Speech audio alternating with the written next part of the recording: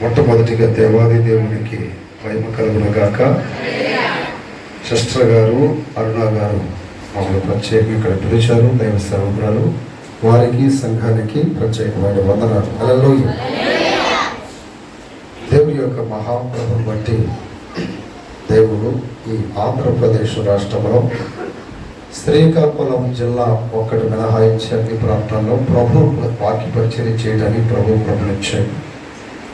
ఒకసారి నేను కోరుకొండ రోడ్లో రాజమండ్రిలో ఒక బిల్డింగ్ మీద వ్యర్థస్థం పెడితే వచ్చాను. ఒకసారి రెండుసార్లు. హల్లెలూయా. ఆ రోజు ఆ సభలో ఒక ఆవిడికి భయంకరమైన శక్తి పెట్టింది. ఆ శక్తి పెట్టినప్పుడు నా మీద సవాలు విసిరింది అనమాట. ఆ రోజు ఏమనంటే, ఇక్కడ దాకా వచ్చి ఒకసారి కోరుకొండకి వెళ్ళి రాయమని. దేవుని స్తోత్రం. ఏముందండి? కోరుకొండకి వెళ్ళి రాను. కానీ దేవుడు ఈరోజు కోరుకొండ కూడా దాటించండి. దేవుని స్తోత్రం. సవాల్ చేసింది ఆ రోజు నా మీద. హల్లెలూయా. ఇంకా వేరే పేర్లు చెప్పింది, ఎందుకంటే బయట పబ్లిక్ వినపడుతుంది కనుక ఇది మనం వాడకూడదు. దేవుని స్తోత్రం. మీ అందరి ప్రార్థన, అలాగే దైవ సేవకుల ప్రార్థన, మరి ముఖ్యంగా పేరేచర్ల ప్రాంతంలో కొంతమంది ఇక్కడ సహోదరులు సహోదరుల ప్రాంతంలో పని నిమిత్తం వచ్చారు. వారికి కూడా ప్రత్యేకమైన వందనాలు. సంఘానికి మరి ముఖ్యంగా వందనాలు. దేవుని స్తోత్రం.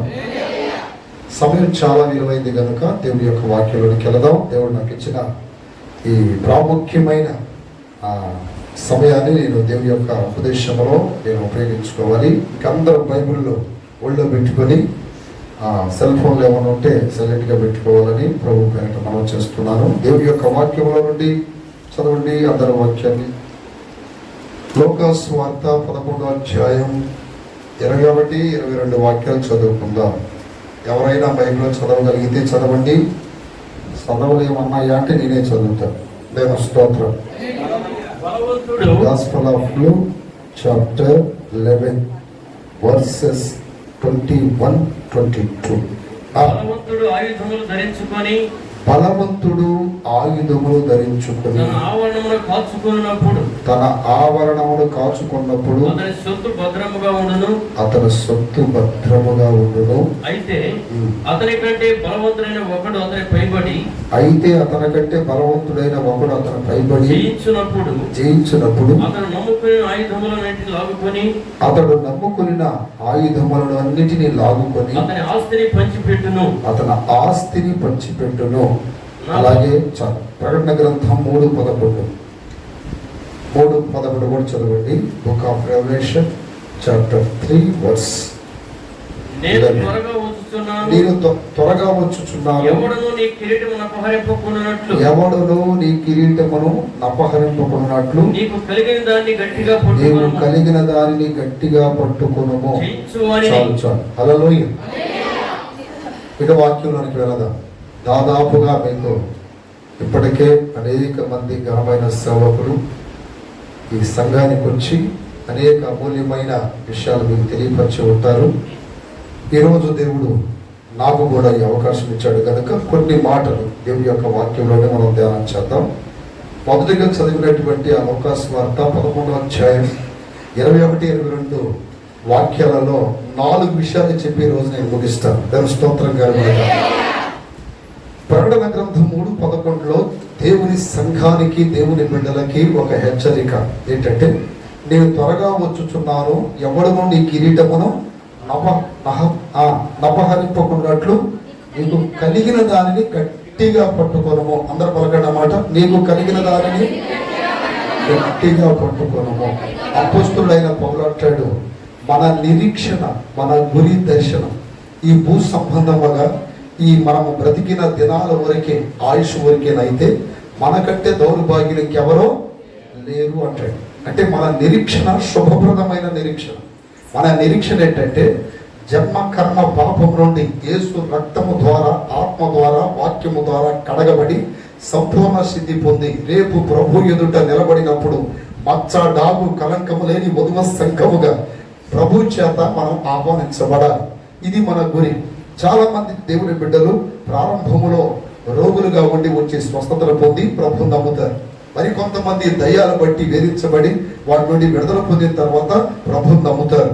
మరి కొంతమంది మేలులు జరిగిన తర్వాత ఏదో ఒకటి సంథింగ్ ఈ కార్యాలు జరగడం వల్ల ప్రభువులోకి వచ్చారు. ప్రభువులోకి వచ్చిన తర్వాత అందరి ఉద్దేశం గురి ఏంటంటే ప్రభు అతి త్వరలో రాబోతున్నాడు, మీరు సిద్ధపడి ఉండాలి. దాని స్తోత్రం కలుగునగాక. అది కాకుండా ఇంకేమైనా ఉందా మీకు ఇక్కడ? నాకైతే అదే దాని స్తోత్రం. ఈ మధ్య కొత్త బోధలు వచ్చాయి. 2 రకాల బోధలు ఉన్నాయి ఇప్పుడు ప్రజెంట్ ప్రపంచంలో. ఒకటి prosperity gospel, 2 the truth gospel. Prosperity gospel అంటే యేసయ్య నమ్ముకోండి, మీ శ్రమలు పోతాయి, మీకు రోగాలు తగ్గుతాయి, మీకు స్వస్థతలు కలుగుతాయి, అది జరిగింది ఇది జరిగింది అని చెప్పి పరలోక రాజ్య మర్మాలు మాత్రము చెప్పరు. ఇంకొక బోధ ఉంది ఏంటంటే ప్రభువుని నమ్మితే అవన్నీ జరుగుతాయి, కానీ వాటికంటే ప్రాముఖ్యంగా విలువైన ఈ ఆత్మకి నరకమును తప్పించుకొని ప్రభు ఎదుట నిలబడే ప్రభు రాజ్యం చేరే ఆ గొప్ప భాగ్యము దొరుకుతుందని. ఆ ప్రియమైన బిడ్డలారా, ఏది ఆశించక దేని మీద ఆధారపడక ప్రభు పిలుపు మేరకు సేవకొచ్చి ఏర్పాట్లో స్థిరపడి అనేక కష్టాలు, శ్రమలు, బాధలు, నిందలు, అవమానాలు భరించి విశ్వాసములకు కర్త దాన్ని కొనసాగించే యేసు వైపు మాత్రం చూస్తూ సాగిపోయే సేవకులు ఉన్నారు. అలాంటి వారు బోధించేది ట్రూత్ గాస్పల్. ఏ గాస్పల్ చెప్పండి? ట్రూత్ అంటే సత్యమైన సువార్త. అలా చెప్పాలంటే ఈ సత్య సువార్తలో ఉన్నవారు మాత్రమే ఇదిగో ఈ విధమైనటువంటి కలిగిన దాన్ని ఏం చేస్తారు చెప్పండి? గట్టిగా పట్టుకుంటారు. హల్లెలూయా. అయితే మనము ఏదో కలిగింది దాన్ని గట్టిగా పట్టుకోవాలని దేవుని చేత హెచ్చరించబడ్డాం. అయితే అదే దేవుడు మనతో అంటున్నాడు, బలవంతుడు ఆయుధములు ధరించుకొని. నెంబర్ 1 బలవంతుడు చెప్పండి. 2వది ఆయుధములను ధరించుకోవాలి. 3వది ఆవరణమును కాచుకోవాలి. 4వది సొత్తంతా భద్రముగా ఉండును. అంటే 3 విషయాల్లో మనం కరెక్ట్గా చాలా జాగ్రత్త కలిగి అవి కాపాడుకుంటే ఆ తర్వాత మన సొత్తంతా భద్రముగా ఉండును. ఈ సొత్తు అనబడుతున్నటువంటి ఈ విలువైన దానిని సాతానుడు మన చేతిలో నుండి అపహరింపాలని, దొంగిలించాలని, పోగొట్టాలని వాడు అహర్నిశలు మన మీద దృష్టి పెట్టి సమయం దొరికినప్పుడు మోసగించడానికి ప్రయత్నమో చేస్తున్నాడు.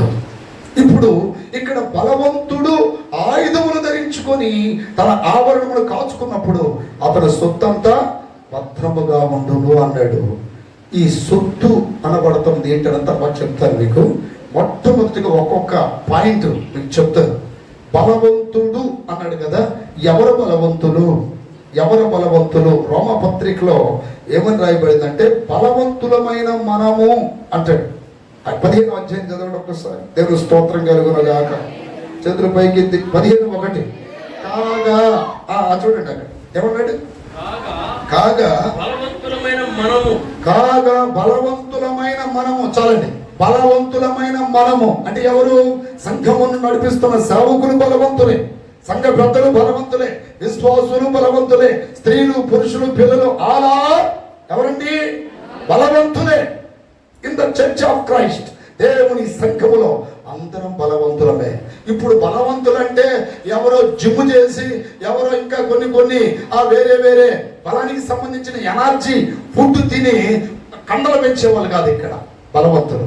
ఇది ఆత్మ సంబంధమైన బలాల గురించి మాట్లాడుతున్న సత్యం. ఇది దేవుని స్తోత్రం. హల్లెలూయా. This is not naturality, this is spirituality. ఇది ప్రకృతి సంబంధమైనది కాదు.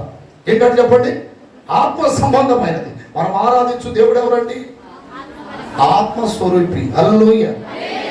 మనం ఆయన ఎలా ఆరాధించాలి? ఆత్మతోనూ సత్యముతో ఆరాధించాలి. సరే, ఇక్కడ బలవంతులు ఎవరు అన్నది మనకు అర్థమైంది. ఎవరు చెప్పండి? బలవంతులు అంటే ఎవరండి?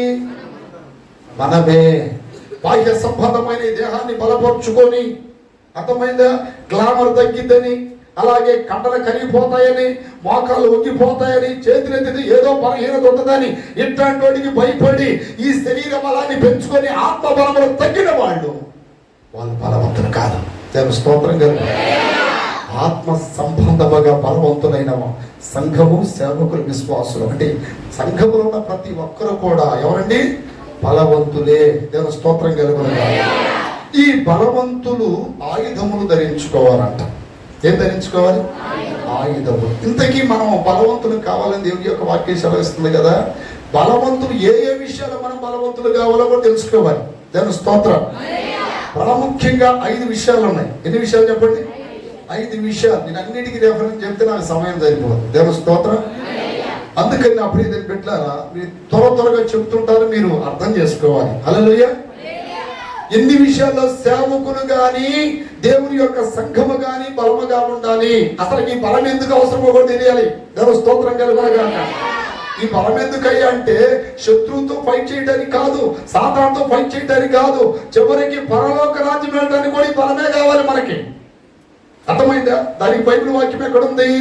యోబు గ్రంథము 34వ అధ్యాయం 20వ వాక్యంలో రాయబడింది. దేవుని స్తోత్రం కలుగునుగాక. 34:20 చదవండి ఒకసారి.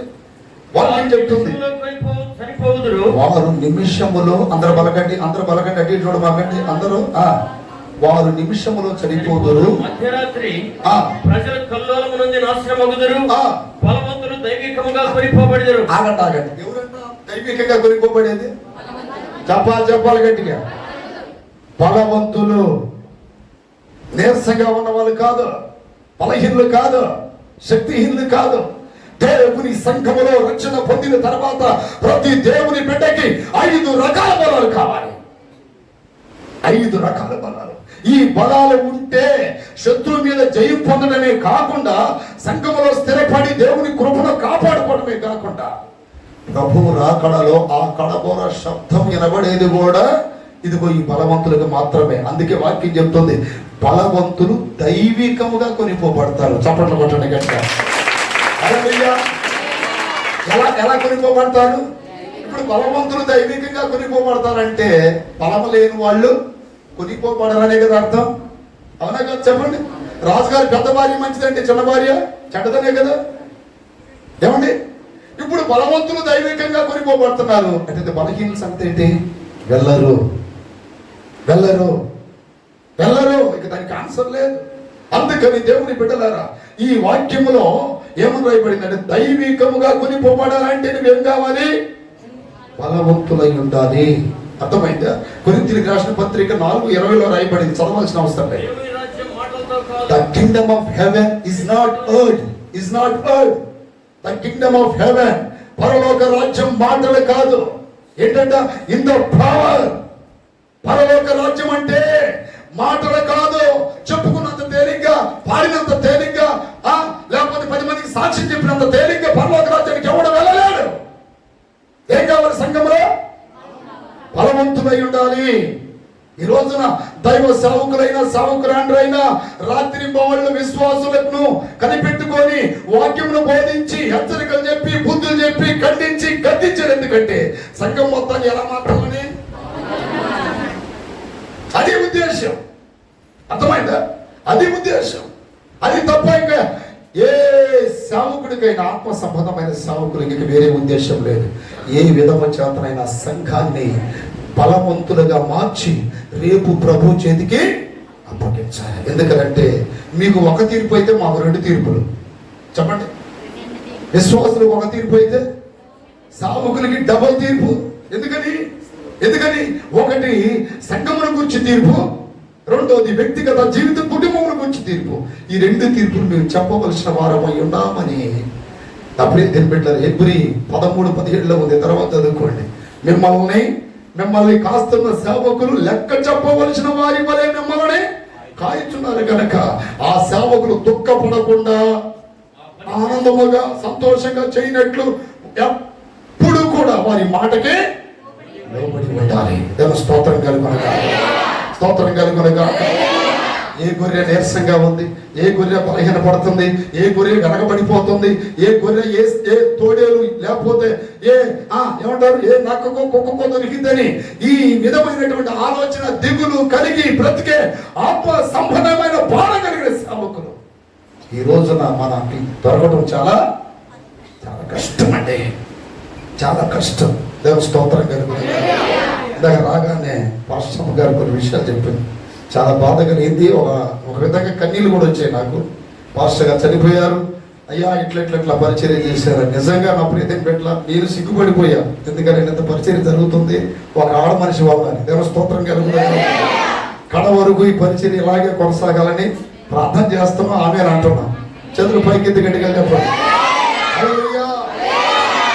ఒక బిడ్డని కనటానికి ఎన్ని రకాలైనటువంటి బాధ వేదనలు కలగాలో అర్థమైంది. అనేక రాత్రులు, నిద్రలేని రాత్రులు, అలాగే తినాలని అనిపించిన తినలేని పరిస్థితి ఎంత భయంకరంగా ఉంటుందంటే ఒక బిడ్డను కనటానికి శరీరీతిగా, ఒక ఆత్మ సంబంధమైన బిడ్డను కనాలన్నా అంతకంటే 100 రెట్లు వేదన ఉంటుంది సేవకుడికి. దేవుని స్తోత్రం కలిగి సేవకు రాండ్లకి ఎంతో భారం భారం భారం మురిగి మురిగి మురిగి అయ్యా అయ్యా అయ్యా అయ్యా అయ్యా అయ్యా ఫలానా ఊరు ఫలానా ప్రాంతం ఫలానా ఏరియా విశ్వాసం ఇట్లా అట్లా ఇట్లా అని ఎంతో వేదన చెంది ప్రార్థన చేస్తేనే అనేక సమస్యలు చిక్కుంది అంటే ఎక్కడికి వస్తారు మీరు. లేకపోతే సాధారణ తెలియక అనేస్తాడు మిమ్మల్ని. ఎక్కడికైనా బానిస్తాడు. సినిమా హాల్కి బానిస్తాడు, మందు షాపుకి బానిస్తాడు, ఇంకోసారికి బానిస్తాడు. మందిరానికి రానిస్తాడా? ఇక్కడ వెనక నుండి సేవకులు ఎంతో భారం కలిగి ఏం చేయాలి? ప్రార్థన చేయాలి. దేవ స్తోత్రం కలిగి. ఇప్పుడు ఎన్ని రకాల బలాలు కలిగి సంఘం ఉండాలన్నది దేవుని యొక్క వాక్యంలో మీకు చెప్తారు. ఒకటి, ప్రార్థనలో బలం ఉండాలి. చెప్పండి, ప్రార్థనలో బలం ఉండాలి. ప్రార్థనలో ఈ రోజున చాలా మంది ప్రార్థన చేసుకుంటున్నారంటే చేసుకుంటాం అన్నయ్య. ఎప్పుడు చేస్తున్నాం? అన్నం తినేటప్పుడు చేస్తున్నాం, పడుకునేటప్పుడు చేస్తున్నాం, నిద్రపోయేటప్పుడు చేస్తున్నాం, పనికి వెళ్ళేటప్పుడు. అదే ఆ ప్రార్థన అంటే. ఏప్రిల్ రాసిన పత్రిక 5వ అధ్యాయం 7వ వాక్యములో ఎలా ప్రార్థన చేయాలో యేసయ్య మనకు ఒక ఎగ్జాంపుల్ గా ఆయన గెత్సెమనే తోటలో ప్రార్థన చేశాడు. శరీరధారి అయిన దినములలో ఎంత చేశాడండి ప్రార్థన? మహారాధనతో కొంతమంది ప్రార్థన చేస్తూ ఉంటే కొంతమంది ఏమనుకుంటా సుఖినాయన సుఖినాయన సుఖినాయన సుఖినాయన. ఈ లోపు పిల్లడు వస్తాడు, అమ్మా నా అంతాలం అడిగాడు, అది తీసుకుని పో. మరి సుఖినాయన సుఖినాయన సుఖినాయన. ఈ లోపు కూతురు వస్తుంది, ఏం చేస్తుంది? అమ్మ అన్నం పెట్టవే, నువ్వే పెట్టుకోపో. మళ్ళీ 2 మాటలు అవుతారు, మళ్ళీ సుఖినాయన సుఖినాయన. సుఖి స్తుతి కదా. దేవ స్తోత్రం కనుక ప్రార్థనలో ఎలా చేశారండి?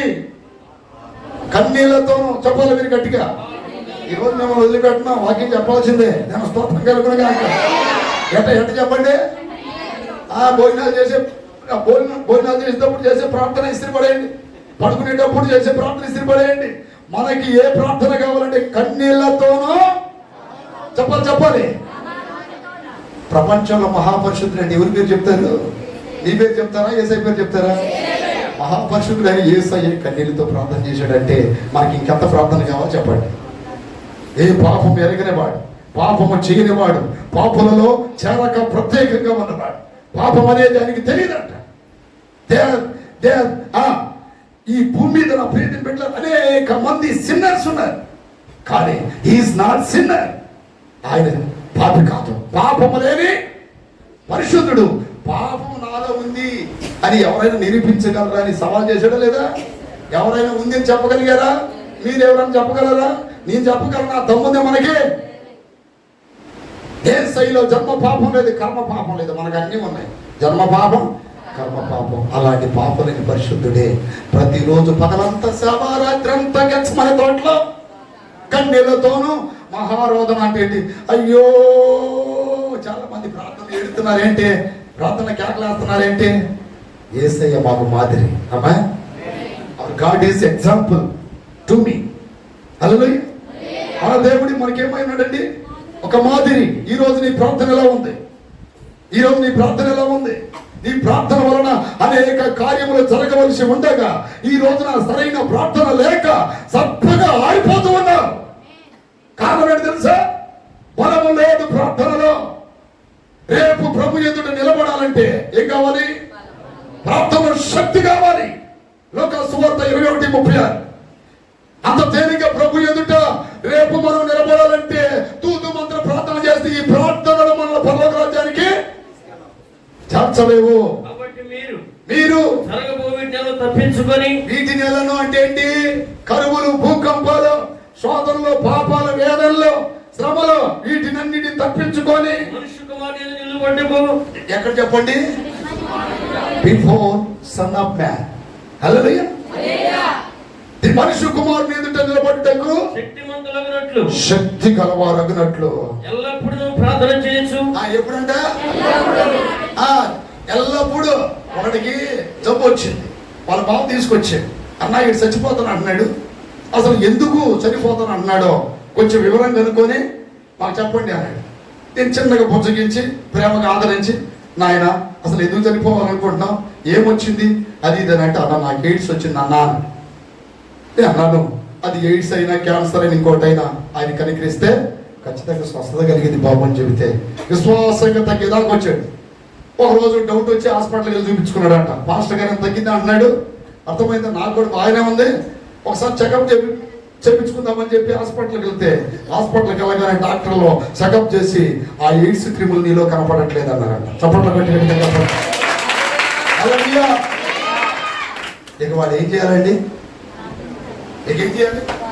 జీవితం అంతా ఎవరికి సమర్పించాలి? ఇక రాట్లా చర్చికి, ఇక రాట్లా.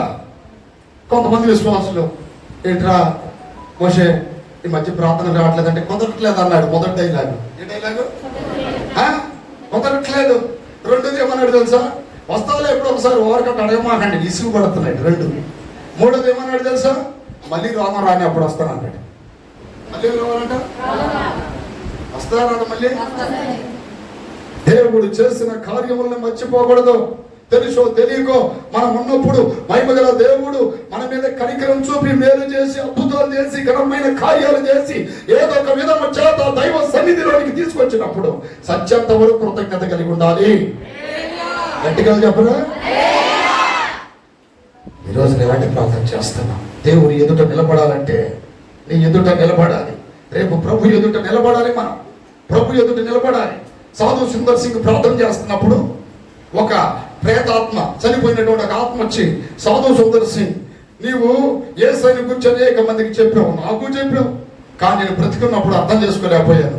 ఇదిగో నేను చనిపోయాను, నా ఆత్మ దైవ సన్నిధికి వెళ్ళింది. అక్కడికి వెళ్తే ఆ దూతలు అంటున్నారు, జీవ గ్రంథంలో నీ పేరు లేదు, నిన్ను నరకంలో వేయమని దేవుడు చెప్పాడని చెప్తున్నారు. మీ దేవుడు కనికరం గలవాడు అన్నావుగా, ప్రేమ గలవాడు అన్నావుగా, దయగలవాడు అన్నావు కదా, ఒక్కసారి నా తరపున వచ్చి నువ్వేం చేయాలి? రికమెండేషన్ చేయాలి అన్నప్పుడు సాధు సుందర్ సింగ్ ఆత్మను కాపాడాలని ఆత్మ తీసుకొని దైవ సన్నిధికి వెళ్ళాడు. అయ్యా ఇటు తెలుసో తెలియకో సువార్త విన్నా, వాక్యం విన్నా, మారు మనసు పొందలేకపోయాడు, రక్షణ పొందలేకపోయాడు. నువ్వు ప్రేమ గలవాడివి, జాలి గలవాడివి, కనికరం గలవాడివి, ఒక ఆత్మ రక్షించుకోవడానికి ఇష్టం లేదు, ఎట్లయినా నిన్నే బ్రతికించయ్యా, ఎట్లయినా పరలోకం చేర్చుకో ప్రభు అంటే, ప్రభు ఏమన్నాడు తెలుసా? వాడంటే నాకు ఇష్టమే, వాడి మీద నేను దయ చూపగలను, ప్రేమ చూపగలను, వాడి మీద కనికరం చూపగలను, ఏదైనా చేయగలను. అది ఎప్పుడో అది ప్రాణముతో ఉన్నప్పుడు. వాడు పాపంతోనే చనిపోయాడు. ఇప్పుడు ఆ పాపం అనేది, జన్మకర్మ పాపం అనేది శరీరానికి అంటడమే కాకుండా ఆ పాపం ఇప్పుడు ఆత్మ కూడా అంటుకుంది. పాపము ఉన్నటువంటి వ్యక్తులకి ఆ విధమైనటువంటి ఉండే అర్హత భూమి మాత్రమే. పాపలోకం అక్కడ అర్హత ఉంది. ఇదే లోకం పరిశుద్ధమైన లోకం. అంటే ఈ సాధు సుందర్ సింగ్ పట్టుకోవడం కూడా పదే అడుగుతున్నాడంట, ప్రభా ఎంతైనా ఏదైనా చేయగలవని. సరే ఒక్కసారి వాడిని రమ్మన్నా ముందుకి నిలబడతాడని చూద్దాం. దేవుని స్తోత్రం. రమ్మన్నాడంట. రమ్మన్నప్పుడు దగ్గరికి భయంగా వచ్చాడు. సాధు సుందర్ సింగ్ వాడు నా ముందు నిలబడలేడు. ఎందుకనంటే ఈ విధమైనటువంటి ఈ మహిమ తేజస్సు ఎట్లా తట్టుకోవాలంటే భూమి మీద పాపము లేకుండా ప్రార్థనలో శక్తి పొందిన వాడు తప్ప ఎవడు రేపు నా ఎదుట నిలబడలేడు అన్నప్పుడు పదే ప్రాధాన్యపడుతున్నాము. సరేనా? ఒక్కసారి 100,000,000 సూర్య తేజ మహిమల కంటే ఉన్నతమైన కాంతిని ప్రచారించినప్పుడు వెనక్కి మంటలో ఎవరు నెట్టకుండా, ఎవరు పడేయకుండా వాడికే వాడే అగ్నిగుండంలో పడిపోయాడంట. సాధు సందర్శించండి ప్రభు దగ్గరికి వచ్చి, క్షమించి ప్రభు, ఏదో వాడు నశించుకోవడం ఇష్టం లేక వాడిచ్చి బతిమాలనే వచ్చాను ప్రభు. నిజమేనా? ఆయన పాపపు గీత ఉన్న రేపు ప్రభు ఎదుట నిలబడలేదు. తెలుసా మీకు? భక్తి ఆశమాశాలకు మనం ఆకండి. ఎందుకంటే కలిగిందని మనం గట్టిగా పట్టుకోవాలి. కానీ ప్రభు అతి త్వరలో రాబోతున్నాడు. ఎంతమంది నమ్ముతున్నారు? ప్రభు వస్తాడు అనే ప్రవచనాలు 100 అయితే 100కి ఇంచుమించు 80% జరుగుతున్నాయి, జరిగిపోతున్నాయి.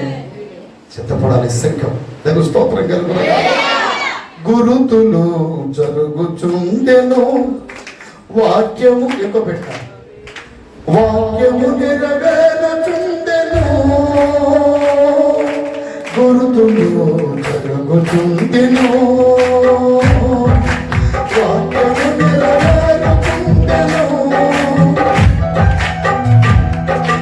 జనముపైకి జనమును, రాజ్యముపై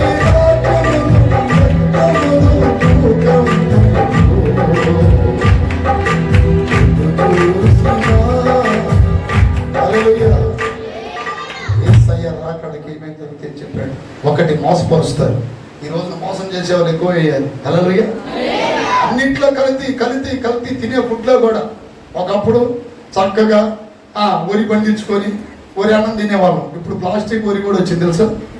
ఒకప్పుడు క్యాబేజీ మన కాడికి ఇంకా రాలేదు, చక్కగా ఆ చెట్లు పండే క్యాబేజీలు తినేవాళ్ళం. ఈరోజు ప్లాస్టిక్ క్యాబేజీ వచ్చింది. ఒకప్పుడు చక్కగా కోడి పెట్టిన గుడ్లు తినేవాళ్ళం. ఈరోజు ఎక్కడ చూసినా మోసం.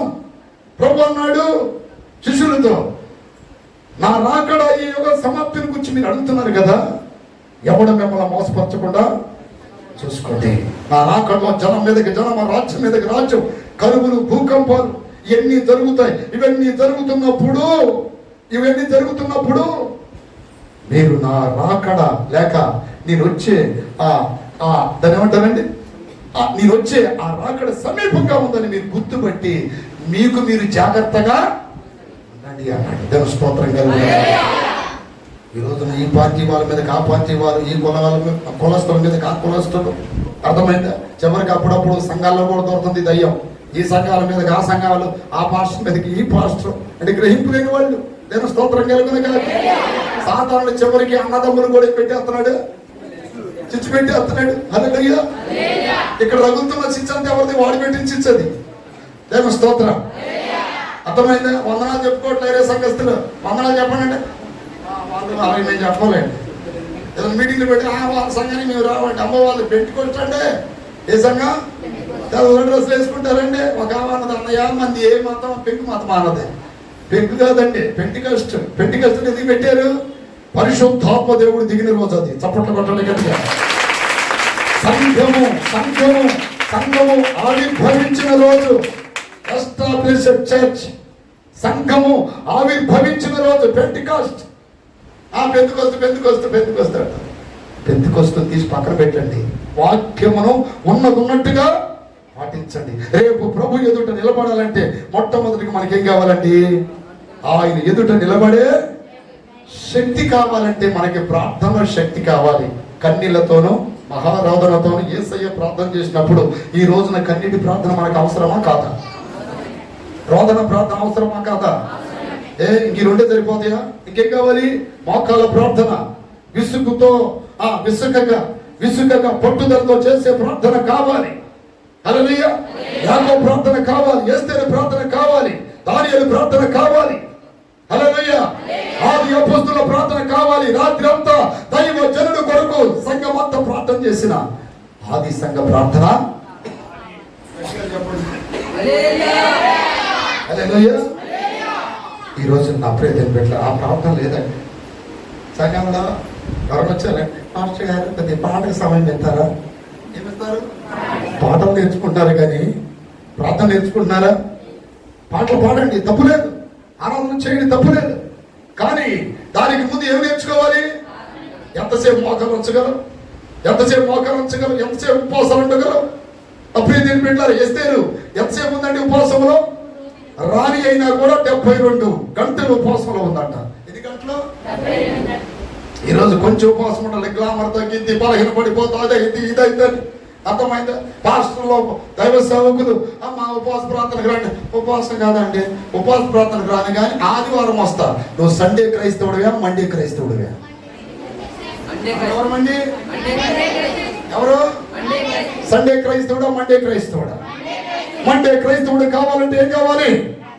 ఈ ప్రార్థనలన్నీ మీకు ఉండాలి. దేవుని స్తోత్రం కలుగును గాక. ప్రార్థనల బలం. రెండోది వాక్యముల బలం కావాలి. ఏంటో చెప్పండి, వాక్యంలో బలం కావాలి. ఏమండి వాక్యం తెలుసా మీకు? మాకు తెలిసిన 3 మాటలేనండి. ఏంటి? సంవత్సరానికి ఒకసారి క్రిస్మస్ చేసుకోవడం అండి. హల్లెలూయా. సంవత్సరానికి ఒకసారి happy happy Christmas, merry merry Christmas అండి. సంవత్సరానికి ఒకసారి కేక్ కట్ చేసుకోవడం అండి. ఏసై పేరు చెప్పండి, చక్కగా వండుకోవడం తింటామండి. ఒంటికేమో కొత్త బట్టలు, పండుగ పప్పన్నాలు. హల్లెలూయా. ఇదండి మా బ్రతుకు. సంవత్సరానికి ఒకసారి చింతలేదు ఇక మా ఏరియాలో పాడతారు. ఇక్కడ పడతారా? పడతారు లేదా? చింతలేదు ఇక యేసు పుట్టెను. ఇదేనండి మాకు తెలిసిందంతా. వాక్యం తెలీదా నీకు? వాక్యం తెలీదా? వాక్యం చెప్తుంది, మరి పాటలు పాడతారు. నీ వాక్యమే నన్ను బాధల్లో నెమ్మదించిందని. ఏ రోజన్నా బైబిల్ చదివిన పాపానికి పోలేదు. నేను స్తోత్రం. వాక్యము చదువు వస్తే చదవాలి. నాకు సేవకురాలు చెప్పింది, అయ్యా నాకు చదువు లేదు. నేను స్తోత్రం కలుగునగా. చదువు లేకపోయినా ఎంత పరిచయం చేస్తుంటే గ్రేట్ కదా. కదా చెప్పండి గట్టిగా. మా ఇంట్లో మా అన్నయ్య గారు గొప్ప దైవజనుడు. ఆయన ద్వారా మేము అందరం రక్షణ పొందాం. 100,000 ఆత్మలకు బాప్తిసాలు ఇచ్చారు. ఇంచుమించు 20 మందిని సేవకులు చేశారు, వారిలో ఇంక్లూడింగ్ మీ, నేను కూడా. దేవుని స్తోత్రం. హల్లెలూయా. ఆయన కూడా చదువు లేదు, కానీ గొప్ప ప్రసంగాలు చెప్పేవాడు. ఎవరిచ్చిన జ్ఞానం అది? చప్పట్లు కొట్టరా. హల్లెలూయా. ఈ రోజు నా ప్రియతని పెట్టారు, ప్రతిరోజు వాక్యము చదువు వస్తే చదువు. కనీసం 3 అధ్యాయాలను చదవండి. ఆసక్తి ఉంటే 6 అధ్యాయాలు చదవండి. 6 అధ్యాయాలు. పాత నిబంధన 2, కీర్తన నుండి 2, క్రొత్త నిబంధన నుండి 2, 2, 2, 3 రోజులనే 6 అధ్యాయాలు చదవగలిగితే 1 ఇయర్ కల్లా బైబిల్ ఏమవుతుంది? కంప్లీట్. సంవత్సరానికి బైబిల్ ఏమవుతుంది? సంపూర్తవుతుంది. దేవుని స్తోత్రం కలుగునుగా. ఒక దైవజనుడు అన్నాడు, బైబిల్ని పట్టు చీరలాగా బీరువాలో పెట్టద్దు. ఏం చేయాలంటే దాన్ని రోజు వాడే చీరలాగా దాన్ని ఏం చేయాలి? ప్రతి రోజు వాక్యం చదువుతూ ఉండాలి. ఒకప్పుడు చక్కగా అప్పుడే తినిపెట్లారా పడుకున్నప్పుడు తనాపన ఏముండేది? ఈ రోజు ఏముంటుంది? ఏమండి చెప్పాలి మీరు. ఏముందండి ఈ రోజున? Cell phone. సెల్ ఫోనా? It is not cell phone, hell phone. ఏం చెప్పండి? హెల్లా సెల్లా? హెల్ అంటే ఏంటి? నరకం. నరకాన్ని తీసుకెళ్ళి మంచిగా వాడుకోవాలి దీన్ని. దేవుని స్తోత్రం. షాప్ ఉంది, కూరగాయలు కట్ చేసుకుంటే పర్వాలా, మెడకాయ కట్ చేసుకుంటే తెగిపోద్ది. అలాగే దీన్ని మంచిగా వాడుకోండి. ఇప్పుడు నేనున్నాను, ఫోన్ వాడుకుంటున్నా, వాక్యం చదువుతా, అది ఇది చాలా చేస్తాను దీని ద్వారా. దేవుని స్తోత్రం కలుగునే కాక. దీని ద్వారా ఎన్నో చూడొచ్చు. యవనస్తులారా, బ్లూఫ్ దాని ఏమంటారు, నీరు చిత్రాలు, బూతు బొమ్మలు, అవి ఇవి, చాటింగ్లు, కోటింగ్లు. హల్లెలూయా. దుప్పట కప్పుకొని అర్థమైన దగ్గర ఇప్పుడు మాకు 40 సంవత్సరాలు వస్తున్నాయి. దాని స్తోత్రం కలుగునే కాక. ఇప్పుడు మా కలజోళ్ళు ఏం లేవు. ఈ మధ్య చిన్న పిల్లలు కూడా ఏమవుతున్నాయి? ఎందుకని 24 hours ఏం చేస్తున్నారండి? సెల్ ఫోన్ అని ఒక పిచ్చి అయిపోయింది. దానికి బాగా ఎడిక్ట్ అయిపోతారు పిల్లలు. అర్థమైందా? 40 ఏళ్ళైనా అప్పుడే ఏం పెట్టారు, చక్కగా మీ బైబిల్ చదువుతున్నా. అర్థమైందా? చాలా స్పష్టంగా ఏదైనా చూడగలుగుతాం. ఈ మధ్య ఒక 12 సంవత్సరాల పిల్లల్ని ఇదిగో ఈ సూదిలో దారం పెట్టిరా అన్న, 1 గంట సేపు పెట్టాడు. ఎంతసేపు? ఎన్ని సంవత్సరాల అబ్బాయి? 12 సంవత్సరాల అబ్బాయి. ఏమైందంటే కనపడతలేదన్న. ఈ లోపు తమ్ముడు చెప్తున్నాడు, ఎందుకు కనపడిద్దన్న? ఎప్పుడు ఫోన్ తీసుకొచ్చి ఎక్కడ పెట్టుకుంటాడు? ఎప్పుడు కళ్ళలో పెట్టుకుంటున్నాడు. ఇప్పుడు ఏమవుతుందండి? సూప్ అవుతుంది, అంటే మసకబారిపోతుంది. దేవుని స్తోత్రం కలుగునే కాక. వాక్యం చదవండి, వాక్యం వినండి, వాక్యం ధ్యానించండి. వాక్యం మనల్ని బ్రతికిస్తుంది, వాక్యం మన బలపరుస్తుంది. వాక్యం ఏమని రాయబడింది తెలుసా? ఆదియందు వాక్యము నేను, in the beginning was the word of God. ఆదియందు వాక్యము నేను, వాక్యము దేవుని యొద్ద ఉండెను, వాక్యమే దేవుడై ఉండెను. ఇప్పుడు ఒకప్పుడు బైబిల్ని వాక్యముగా ఎంచుకొని, దేవుడిగా ఎంచుకొని తనాపురం పెట్టుకుని ఈ రోజు ఆ సైతాన్ని పెట్టుకోండి. అదేనే సెల్ ఫోన్. దేవుని స్తోత్రం కలుగునుగాక. అర్ధరాత్రి లేచి అర్థమైన దేవుడు ఏదైనా బయలుపరిస్తే వాక్యం చదివి ధ్యానించి చక్కగా డైరీలో రాసుకొని ఆదివారం సాక్ష్యం చెప్పేవాళ్ళు. అమ్మగారు, అయ్యగారు, గత రాత్రి దేవుడు నాతో ఈ వాక్యమును మాట్లాడాడు. ఈరోజు చెప్తున్నారా? దేవుని స్తోత్రం కలుగునుగాక. అంటే సాతాను మోసంలోకి వెళ్ళిపోయారు. వాక్యము చదవాలి, వాక్యం వినాలి. వాక్యము చదవటం వల్ల, వినటం వల్ల ఏ ఉపయోగం అంటారా మీరు? ఎఫెసీయులకు రాసిన పత్రిక 5వ అధ్యాయం 27వ వాక్యము రాయబడింది, దేవుని యొక్క సంఘము వాక్యం అనే ఉదకము చేత, వాక్యం అనే ఉదకం ఉదకం ఉదకం అంటే ఏంటండి? ఉదకము అనగా మంచి నీరు. చెప్పండి. ఉదకం అనగా మంచి నీరు. వాక్యం అనే ఉదకము చేత వాక్యం అందియాలి. వాక్యం అనేమో ఉదకము చేత సంఘమును ప్రేమించి క్రీస్తు కూడా సంఘమును ప్రేమించి అది కలంకమైనను ముడతైనను చూడండి, కలంకమైనను ముడతైనను అట్టిది మరి ఏదైనను లేక చూడండి, పరిశుద్ధమైనది గాను నిర్దోషమైనది గాను మహిమగల సంఘము గాను దానిని ఎవరు ఎదుట నిలబెట్టుకోవాలని చెప్పాలి. ఈ మధ్య మా ఏరియాలో మా పాస్టర్ గారు మీటింగ్ పెట్టాడు. విమర్శించాడని అనుకోమాక, అప్పుడే దీన్ని పెట్టలేదు. 3 రోజులు సభలు పెట్టారు. జనం ఎట్లా వచ్చారు తెలుసా? ఈ రోజున అప్పుడే దీన్ని పెట్టారు. మీరు కూడా చాలా మంది వచ్చారు. ఆయనకి ఎంతమంది వచ్చారు తెలుసా? ఇక్కడ 100లో రావచ్చు, ఆయనకి వేలలో వచ్చారు జనం. ఎంతమంది? ఇందాక నేను కారులో వస్తా, దైవజనుడు ఏం చెప్పాడా అని నేను ఆయన షార్ట్ మెసేజ్ అసలు ఏం చెప్పాను, ఎందుకంటే నేను కూడా విద్యార్థినే. ఎవరైనా ఏదైనా చెప్తే నేర్చుకోవాలి. దేవుని స్తోత్రం కలుగును గాక. కొన్ని నేర్చుకుంటున్నాను, కొన్ని దేవుని దగ్గర అడుగుతున్నాను, తెలియపరుస్తున్నాడు. హల్లెలూయా. అప్పుడే దీన్ని పెట్టా. రాత్రి ఆ సంఘానికి ఏం చెప్పాలి ప్రభా అని 3 గంటల ప్రార్థన ఉండి ఈ సబ్జెక్ట్ ఇచ్చాడు దేవుడు. గట్టిగా చెప్పండి. నాకు సమయం చాలదు, అయినా సాధ్యమైన వరకు కంప్లీట్ చేస్తా. అది చెప్పండి గట్టిగా. చూస్తే అప్పుడే దీన్ని పెట్టారా. ఒకరోజు భార్య గురించి చెప్పాడు, 2వ రోజు నాన్న గురించి చెప్పాడు, 3వ రోజు భార్య గురించి తల్లి గురించి చెప్పాడు. ఒక దేవుని ప్రతినిధిగా నిలబడి 3 రోజులు ఎవరి గురించి చెప్పాడండి? కళ్ళ నీళ్ళు వచ్చాయండి. లక్షల దారు పోశారు కదా మీటింగ్లకి. ఒక్క రోజున సరైన సబ్జెక్టు చెప్పలేదే. దానికి బదులుగా జనాన్ని లేపి ఎగిరిస్తున్నాడండి. దాన్ని ఒకటి కచ్చిపులు ఇట్టా పిచ్చి ప్రజలు కదా. కానీ కింద కొంతమంది కామెంట్ పెట్టారు.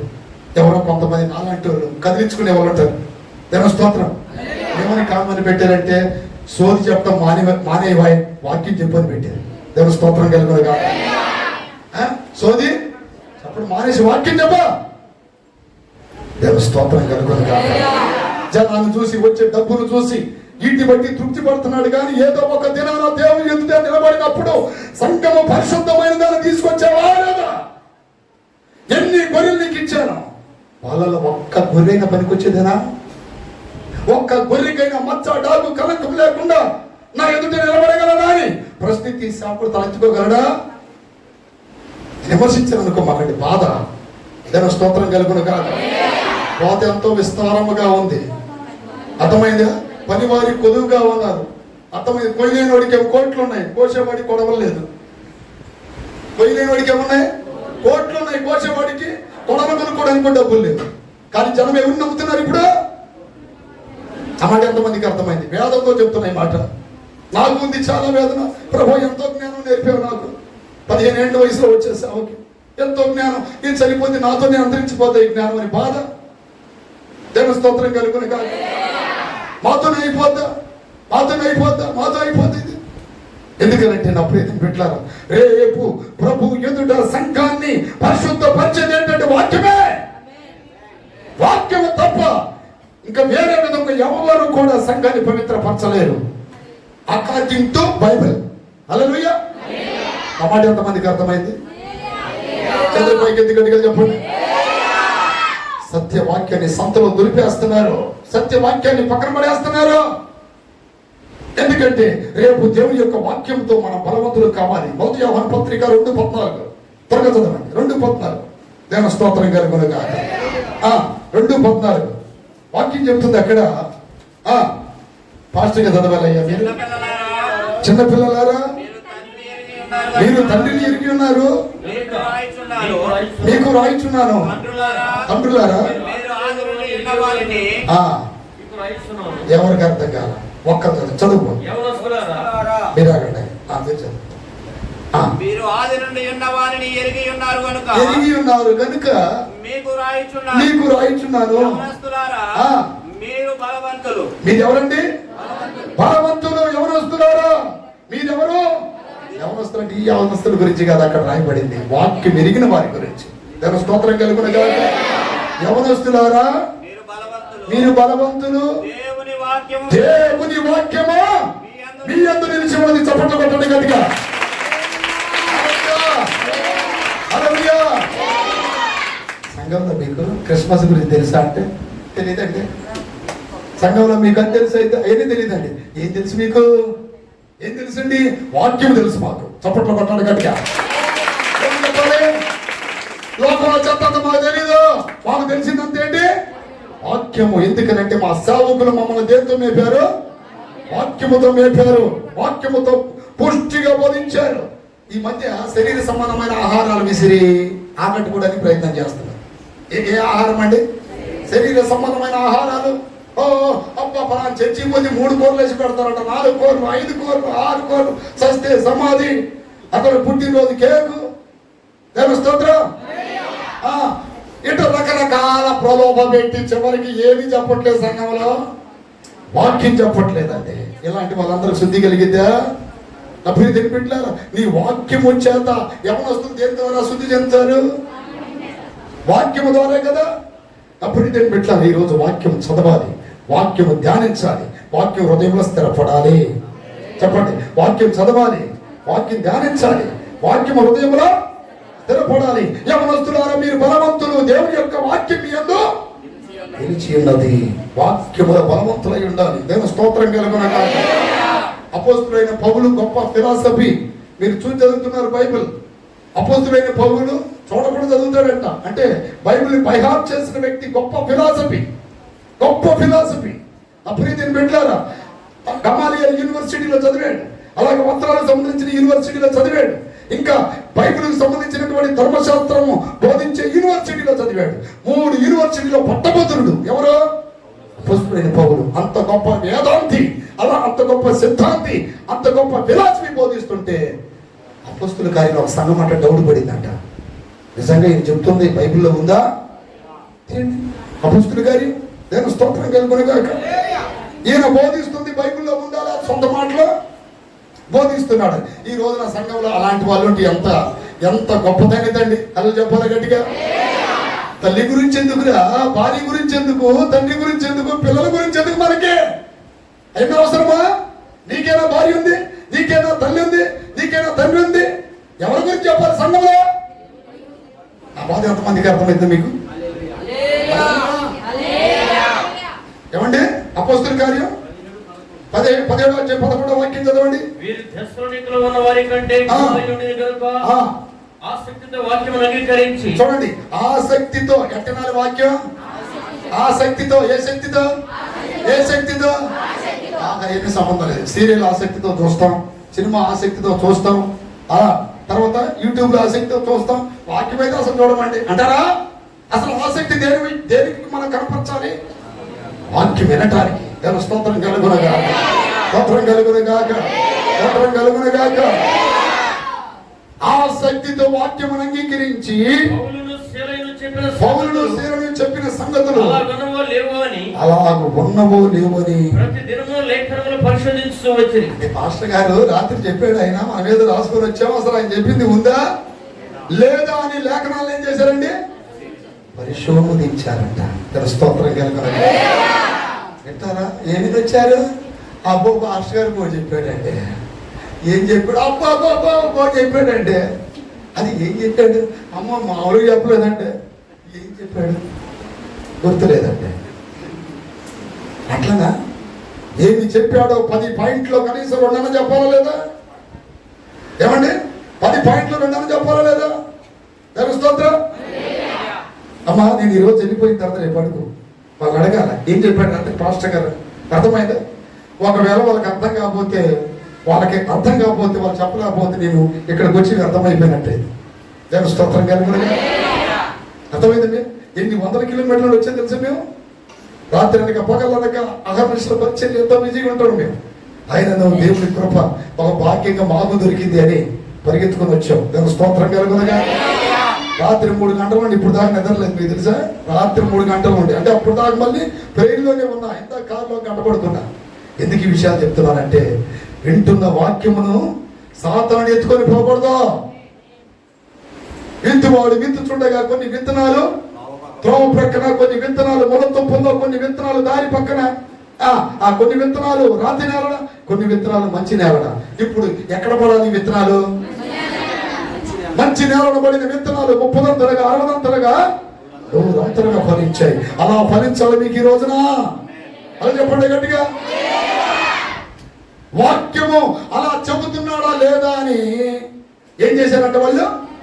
ప్రతిరోజు బైబిల్ చూసుకుంటారంట. వాక్యం భాషగా రాత్రి చెప్పింది అసలు వాక్యానుసరమా కాదు అని. అలా తెలిసినప్పుడు నిజంగా సత్యమైన సంఘమేదో అసత్యమైన సంఘమేదో ఇట్లాంటివన్నీ అర్థమైపోతాయి. దేవుని స్తోత్రం కలుగునగాక. పవిత్రపరుస్తున్న సంఘాన్ని దేవుడు ఎలా పవిత్రపరుస్తున్నాడంటే వాక్యము ద్వారా. నాకు కలంకము లేని వధువు సంఘముగా రేపు ప్రభు ఎదుట మనం నిలబడవలసిన బాధ్యత అనేది ప్రతి ఒక్కరికి ఉంది.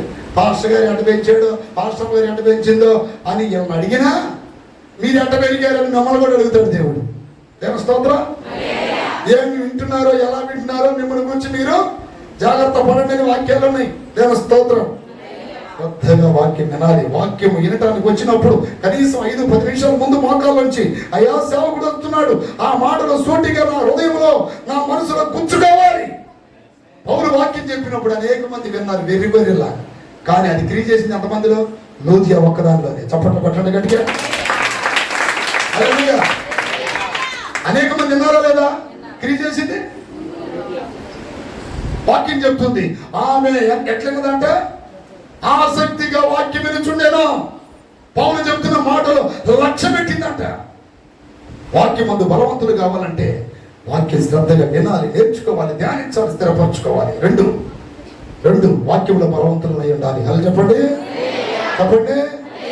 వాక్యం ఏం చేసి తెలుసా? ఇంకా అబ్రహాము కృంగిపోతున్నప్పుడు మాట్లాడింది ఏంటి? వాక్యమే.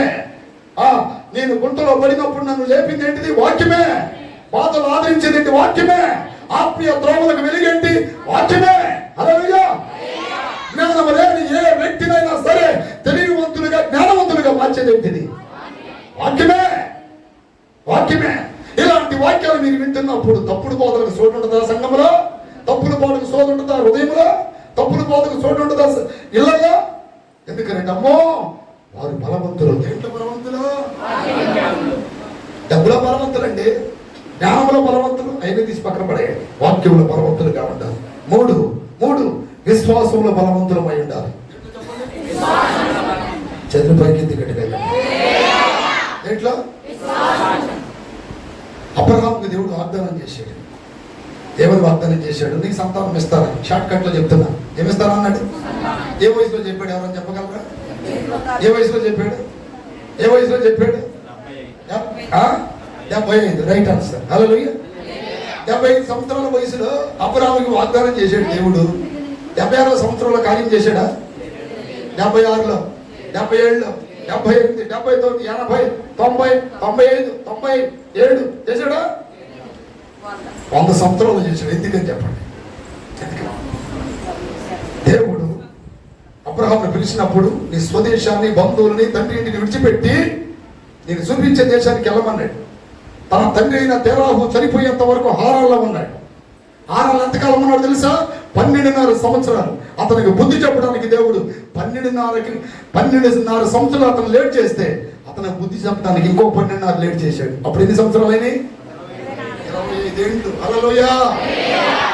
దైవ సన్నిధికి 1 నిమిషం లేట్ చేస్తే దేవుడు 2 గంటలు నీకు కార్యాలు చేయకుండా లేట్ చేస్తాడు. నువ్వు 1 వారం మిస్ అయితే 2 వారాలలో వచ్చే 1 వారంలో వచ్చే ఆశీర్వాదాన్ని 2 వారాల్లో కూడా నీకు ఇవ్వడం. నమ్మండి. ఎంతమందికి అర్థమైంది? నిర్లక్ష్యం అనేది చాలా డేంజర్. నిర్లక్ష్య వైఖరి, నిర్లక్ష్య ఆత్మ చాలా డేంజర్. లోతుకి ఆత్మ పట్టింది. రాత్రి వేళల్లో దేవుని దూత వచ్చి ఎమ్మటే ఈ ప్రాంతాన్ని వదిలిపెట్టి ఖాళీ చేయమన్నప్పుడు ఆ దేవ దూతలు మాట్లాడే దైవస్థానానికి లోబడి భార్యని పిల్లలు తీసుకొని పోయి ఉంటే భార్య ఉప్పు స్తంభం అయ్యేది కాదు. పిల్లలు వ్యభిచారులు అయ్యేవాళ్ళు. ఏం చేసాడు అక్కడ? తడువు చేశాను అని ఉంటుందండి. ఏమనుంది? తడువు చేశాను. లేటు రాత్రి బయలుదేరితే ఆ అగ్ని గంధకములు కురిచేవి కాదు, ఈ భార్య వెనక తిరిగి చూసేది కాదు, ఉపశమం అయ్యేది కాదు.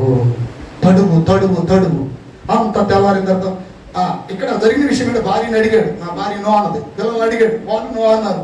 ఆర్చుకొని తీర్చుకొని పొద్దున్నే బయలుదేరాక ఇక స్టార్ట్ అయింది. ఏంటిది? అగ్ని వర్షం. స్టార్ట్ అవ్వగానే అర్థమైన డమా డమా అంటున్నప్పుడు అమ్మగారు పాపం ఏదేదో కొనుక్కొని ఉంటుందిగా, పప్పు డబ్బాలో లేకపోతే జాడీలో బోడీలో ఎన్ని పచ్చళ్ళు పొచ్చలు పెట్టి ఉంటుందిగా, అయ్యో నా పచ్చడి, అయ్యో నా జాడి. హల్లెలూయా. ఏమైందో ఏంటో ఏంటి డమా డమా అంటుందని చూడవద్దని చెప్పినా కూడా నిర్లక్ష్యంగా ఏం చేసింది? ఏమైపోయింది? ఒప్పు స్తంభం. పిల్లలు ఏం చేశారు? దేవుడు చెప్పాడు లోతుకి, అదిగా కొండకు పారిపో, పర్వతానికి పారిపో. అందరూ నేను పోను, ఈ గ్రామానికి వెళ్తాను. సరే అక్కడికైనా పోరాడు, మళ్ళీ అక్కడ పోను, అక్కడ పోతాను. వండివాడు అయిపోయాడండి. చివరికి చరిత్రహీనుడిగా మిగిలాడు. ఎవరు? లోతు. లోతు గురించి నీతిమంతుడని రాయబడింది, కానీ అతనిలో ఏముందండి? నిర్లక్ష్యం. ప్రార్థన చేసుకున్నావులే, రేపు చేసుకున్నావులే, ఈరోజు అలసిపోయాంగా, ఈరోజు బాగలేదని చెప్తా. ఈ వారం పోకపోతే చర్చికి, ఈ వారం ఉపవాసం ఉండకపోతే ఏమైంది? ఈ రోజు నీ మీద కూడా ఏ ఆత్మక్రియ చేస్తుంది? తడువు చేసే ఆత్మ, నిర్లక్ష్యపాత్మ. ఇక్కడ అబ్రహాము తడువు చేసినందుకు 12 సంవత్సరాలు తడువు చేస్తే 25 సంవత్సరాలు దేవుడు అతనికి లేడి చేశాడు, కార్యం చేయకుండా. అదే స్తోత్రం కలుగునగా. ఈ రోజున ఏది తడువు చేయకూడదు మనం బిడ్డ. హల్లెలూయా, హల్లెలూయా. విశ్వాసముల తర్వాత బుద్ధి చెప్పిన తర్వాత విశ్వాసముల బలవంతుడు అయ్యాడంట. రోమపత్రిక 4:19 వాక్యం చదవండి. 19 వాక్యం. అయ్యో నేను తప్పు చేశాను, నా నాన్న మీద ఈ ప్రేమను చూపి నేను లేట్ చేయడం వలన నాకు ఇదిగో దేవుడు లేట్ చేశాడు, ఇక మీదట ఇలాంటి తడువు చేసే పని నేను ఎప్పుడూ చేయకూడదని విశ్వాసంతో బ్రతకగలిగాడు. అప్పుడు దాకా ఎవరి మీద ఆధారపడ్డాడు? దేవుడు పిలిచినా, పిలుపొచ్చినా, ఊరిని వదిలిపెట్టినా, దేశాన్ని వదిలిపెట్టినా తండ్రి మీద ఆధారపడ్డాడు. హల్లెలూయా. పిలిచింది అబ్రహామునా, లోతునా? లోతు ఎందుకు వచ్చాడు? పిలిచింది అబ్రహామునా, తెరాహునా? తెరాహు ఎందుకు వచ్చాడు? పక్కనే పోతున్నా, కొంచెం ఇది ఉంటే నాకు సపోర్ట్గా. మనకి దేవుడే సపోర్ట్. చప్పట్లు కొట్టండి గట్టిగా. హల్లెలూయా. దేవుడు తప్ప ఈ భూమి మీద ఎవరు సపోర్ట్ ఉండకూడదు. ఒకవేళ ఉంటే దేవుడు కార్యాలు చేయడు. అందుకని దావీదు అంటాడు, తల్లి గర్భంలో రూపింపబడినప్పుడు నుండే నాకు ఆధారము నీవే, మై స్ట్రెంగ్త్, నా బలము నీవే, నా కోట కొండ అన్ని నీవే, సమస్తానికి సమస్తం నీవే నయ్యాని బ్రతికే. దేవుని స్తోత్రం కలుగునగా. వాక్యం చెప్తుంది రోమపత్రిక 4:19. అంత చిన్నగానే పాల్చుగా. మరియు అతడు ఏంటండి? చెప్పాలి. విశ్వాసం బలహీనుడు అంటే ఏంటి? ఏమండి నాకు జ్వరం వచ్చిందంటే, అయ్యానంటే చర్చి దగ్గరికి వచ్చానంటే, ప్రార్థన చేయించుకున్నానంటే తగ్గలేదండి. ఇప్పుడేమైపోతున్నాడు? విశ్వాసంలో ఏమండి పెళ్ళి అయిందండి, నాకు 3 ఏళ్ళు 4 ఏళ్ళు అయిందండి, ఇంకా పిల్లలు పుట్టలేదంటే, ఇక పుడతారని నమ్మకం కూడా లేదండి. విశ్వాసం ఏమైపోతున్నారు? ఇదిగో ఈ అవసరత తీరిద్దేనండి, ప్రార్థన చేస్తున్నానండి, చేసి మోకాళ్ళు అయిపోతుందండి, ఉపవాసాలు ఇవ్వండి, గ్యాస్ ట్రబుల్ ఎక్కువ అవుతుందండి, కళ్ళు ఆనకపోతుందండి, గ్లామర్ తగ్గుతుందండి. హల్లెలూయా. ఇంక విరమించుకుంటున్నాడు, జరగదని. ఏమైపోయారు? విశ్వాసంలో బలవంతుడు ఏం చేస్తాడు తెలుసా? ఇప్పుడు చేస్తాడు, రేపు చేస్తాడు, ఎల్లుండి చేస్తాడు, జరిగేంత వరకు చేస్తూనే ఉంటాడు. హల్లెలూయా, హల్లెలూయా.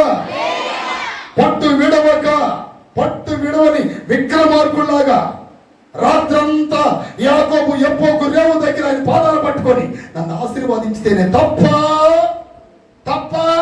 నేను నీ పాదములను విడవదా. నన్ను ఆశీర్వాదిస్తావా? దేవుడికి సిగ్గుట్టి తొడగొడి మీద సరిశారు. స్తోత్ర. నీ పేరు వాటినే ఆయన ఇచ్చాక. హల్లెలూయా. అంటే ఏ పేరు గుర్తొస్తా మనకి? మోసగాడిని ఏం చేశాడు దేవుడు? మనగాడిని చేశాడు. హోషేయ గ్రంథం 12:3 రాసుకోండి, అంతే, చదవద్దు. దేని స్తోత్రం. తల్లి గర్భమందు యాకోబు మగసిరి గలవాడై తన సహోదరుని మడిమను పట్టుకొని మగసిరి అంటే ఏంటండి? మగసిరి అంటే ఏంటి? నేను మొనగాన్ని మీసాలు పెంచెడతా, నా మీసం మీద నిమ్మకాయ నిలబెడతా. నేను నిమ్మకాయ నిలబడట్లా, దయ్యం వచ్చి నిలబడుతుంది. నేను స్తోత్రం. నేను మొనగాన్ని అని. నిజమైన మొనగాడు ఎవరో తెలుసా? దేవుని దృష్టిలో ప్రార్థన చేసి ప్రార్థనలో జయం పొందినవాడు. చప్పట్లు కొట్టండి.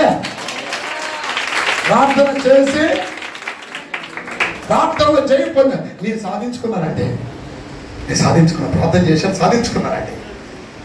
యాకోబు మోసగాడు కదరా, ఇంత ఆశీర్వాదం ఎలా వచ్చింది? సాధించుకున్నానండి దేవుడి దగ్గర, ఆయన పాదాలు పట్టుకొని. దాని స్తోత్రం. ఇవన్నీ కూడా మీరు సాధించుకొని ఉంటారు. దాని స్తోత్రం కలుగునగా. హల్లెలూయా. ఎందుకంటే సాధించాలి మనం.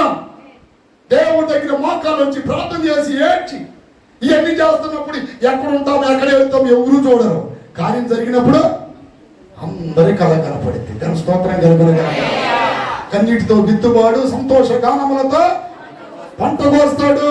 ఏడ్చుతూ ఇత్తువాడు పనులని ఇత్తేటప్పుడు ఆ ఇత్తనం కనపడితే, ప్రార్థన చేసేటప్పుడు నీ ప్రార్థన ఎవరికి కనపడదు, ఎవరికి వినపడదు, ఎవరు చూడరు, ఎవరు మెచ్చుకోరు, ఎవరు ప్రోత్సహించరు. కానీ కార్యాలు జరిగినప్పుడు ఫలానా ఆనో కింద కార్యం, యేసురాజు కింద కార్యం, వాళ్ళకింత కార్యం, ఇసాకు రేపకా ఈ కార్యాలు ఎంత జరిగినాయి? సాధించుకున్నా నేను దేవుడి దగ్గర. ఎట్టా వచ్చాను, పోతున్నాను చర్చకి. మోకాలు ఉంచలేనండి. ఉపాసం తెలియదండి. పేకలాగా దీని వచ్చి అది ఈ ఉపాస పడాలని పెట్టారు. ఎంతమంది తినకుండా వచ్చారు? ఏమనుకోమాక. ఎంతమంది తినకుండా వచ్చారండి? తినకుండా వచ్చారండి. హల్లెలూయా. తిని వచ్చిన వాళ్ళండి వద్దులేండి, ఇక నీ పరువు తీయటం నాకు ఎందుకండి, కాసేపు నిలిపోయేవాడిని. దాని స్తోత్రం. హల్లెలూయా. అబ్రహాము విశ్వాసమందు ఏం కాలేదు? 1 year, 2 year, 10 year, 20 years అయిన విశ్వాసం బలహీనుడి కాలేదు. రమి 100 వయసు గలవాడై అప్పటికి తన శరీరము మృతతుల్యమైనట్టును, చాలా గర్భమును మృతతుల్యమైనట్టును ఆలోచించను గాని. ఇక్కడ చూడండి. అవిశ్వాసం వలన దేవుడు వాగ్దానం చేసిన దాని గురించి సందేహింపలేదంట. దేవుని మహిమపరచి వాగ్దానము చేసిన దానిని నెరవేర్చుటకు సమర్థుడని రూఢిగా విశ్వసించి విశ్వాసమందు బలం పొందెను. చప్పట్లు కొట్టండి గట్టిగా.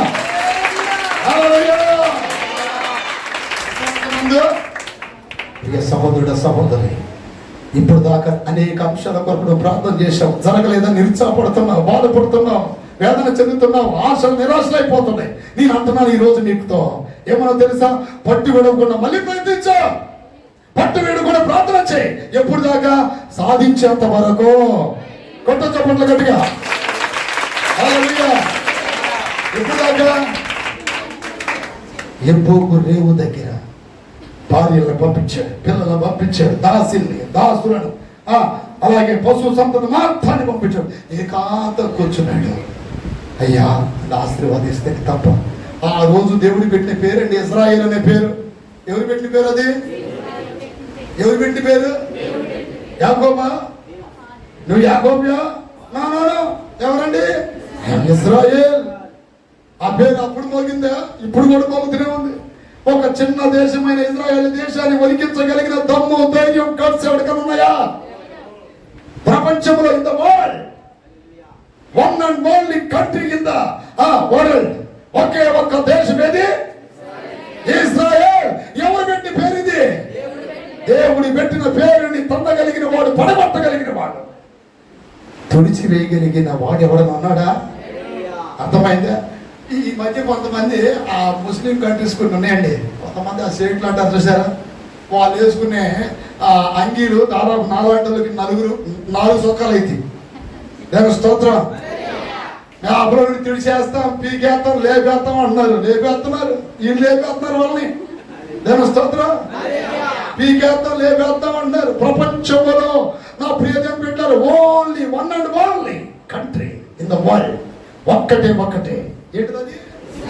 ఇజ్రాయేల్ ప్రపంచాన్ని ఉనికిస్తుంది. మనదాకా ఐరన్ డోమ్ కనిపెట్టారా? నిన్న ఏం కనిపెట్టారు తెలుసా? ఐరన్ డోమ్ కనిపెట్టినప్పుడు ఒక్క డోమ్ అనేది 70-80 లక్షలు. పక్కనే ఉన్నటువంటి నా ప్రియతమ బిడ్డల శత్రు దేశాలు ఒక 3 లక్షలు 2 లక్షలు, లేకపోతే చాలా చీప్ క్వాలిటీ ఆ వెపన్స్ చేసి వీళ్ళ ఆర్థిక వ్యవస్థని దెబ్బతీయాలని, నష్టపరచాలని పిచ్చి అని చేసి ఇప్పుడు వాళ్ళు వేసేదేమో 2-3 లక్షలు, వీళ్ళు వేసేది 80-90 లక్షలు అవుతుంది. ఏది? Iron dome. అప్పుడు ఏమవుతుందండి? ఇజ్రాయేల్ ఆర్థిక వ్యవస్థ పడిపోతుంది. ఎట్లా ఇలా బలహీనపరచాలని ప్లాన్ చేస్తే వాళ్ళు దేవునికి మొరపెట్టి నేను ఏం కనిపెట్టా తెలుసా? Iron beam. 15,000, 15 కాదు, 1,50,000, లేకపోతే ₹1,80,000, చాలా తక్కువలో దాదాపు కోట్లు ఖర్చు పెట్టి తయారు చేసిన వెపన్స్ కూడా 600 కిలోమీటర్ల దూరం కాల్ చేస్తున్నాయి. ఎందుకని ఆ పేరు పెట్టింది ఎవరు? ఇశ్రాయేల్. నీ పేరు చెబితేనే గడగడ వణకాలి. యాకోబులో ఏ దోషం లేదు, యాకోబులో ఏ వంకరతనం లేదు. ఇశ్రాయేలు గురుపోతు వలె వస్తుందంట. ఏ పోతు? మందకు ముందు ఏమి నడుస్తుందండి? గురి పొట్టేలు వస్తున్నప్పుడు దాన్ని చూసి చాలా జీవులు భయపడతాయి. అమ్మో, ఆ మందకు ముందు ఏమి నడుస్తుంది? ఈ రోజున ఆ దేశానికి ముందు నడుస్తుంది ఎవరో తెలుసా? సైన్యములకు అధిపత్యకు యెహోవా. ఈ రోజు నీ ముందు నడుస్తుంది ఎవరో? ఆ యెహోవా. చప్పట్లు కొట్టి గట్టిగా హల్లెలూయా, హల్లెలూయా. అందుకని విశ్వాసం ఏం కాకూడదు? బలహీనత కాకూడదు. మూడోది, మనకి విశ్వాసం ఏం కావాలి? కావాలి. ఇప్పుడు దాకా చేశారు, అవ్వలేదని విరమించుకోమన్నాడు. మళ్ళీ ట్రై, మళ్ళీ హల్లెలూయా. అప్పుడు దీన్ని పెట్టారా? ఓడిపోయేవాడు ఒక్కసారి ఓడిపోతాడు, గెలిచేవాడు 99 సార్లు ఓడిపోతాడు. చెప్పండి. ఓడిపోయేవాడు, గెలిచేవాడు.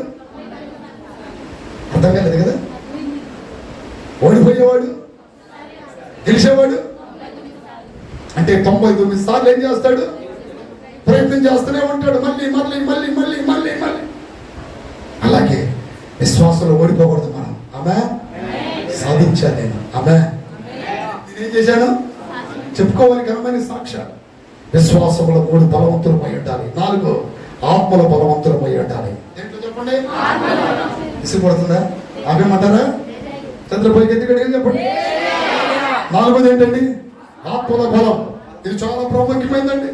ఈ దేవుడు మనల్ని శరీరంలో బలవంతులుగా ఉండమన్నాడా, ఆత్మల బలవంతులుగా ఉండమన్నాడా? అపోస్తలుడైన పౌలు ఏమన్నాడు? మా బాహ్య పురుషుడు అంతరంగ పురుషుడు దినదినము నూతనపరచబడుతున్నాడు. దేవుని స్తోత్రం కలుగును. హల్లెలూయా. అంతరంగ పురుషుడు దినదినము. మేము ఈరోజు విజయవాడ నుండి వస్తున్నప్పుడు ఏలూరు దగ్గర న్యూ జెరూసలేం అని ఒకటి ఏదో పెట్టారండి. అక్కడ చూసి మీకు వినే ఉంటారు. ఏదో ఇక మన పిల్లలు అన్న ఇక్కడ దాకా వచ్చే కదా, ఏదో కొంచెం దీని గురించి యూట్యూబ్లో వస్తుంది చూద్దామంటే వెళ్ళాం. కొంచెం అలా తిరిగి ఒక చర్చి ఉంది.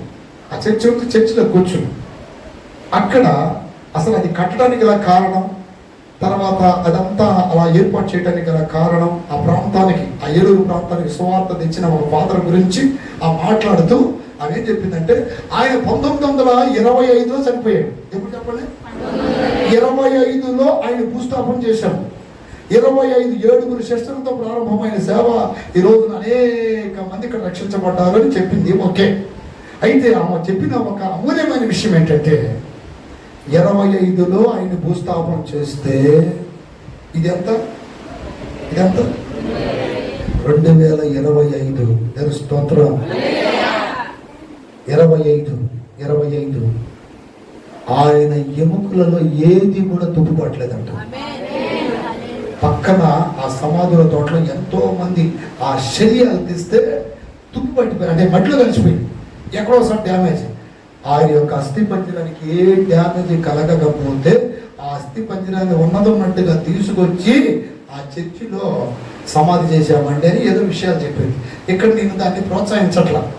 ఇక్కడ నేను చెప్తున్న విషయం ఏంటంటే ఆత్మ సంబంధమైనటువంటి బలం ఉన్న వ్యక్తులు కుళ్ళిపోరని వాక్యం చెప్తుంది. చప్పట్లు కొట్టండి గట్టిగా.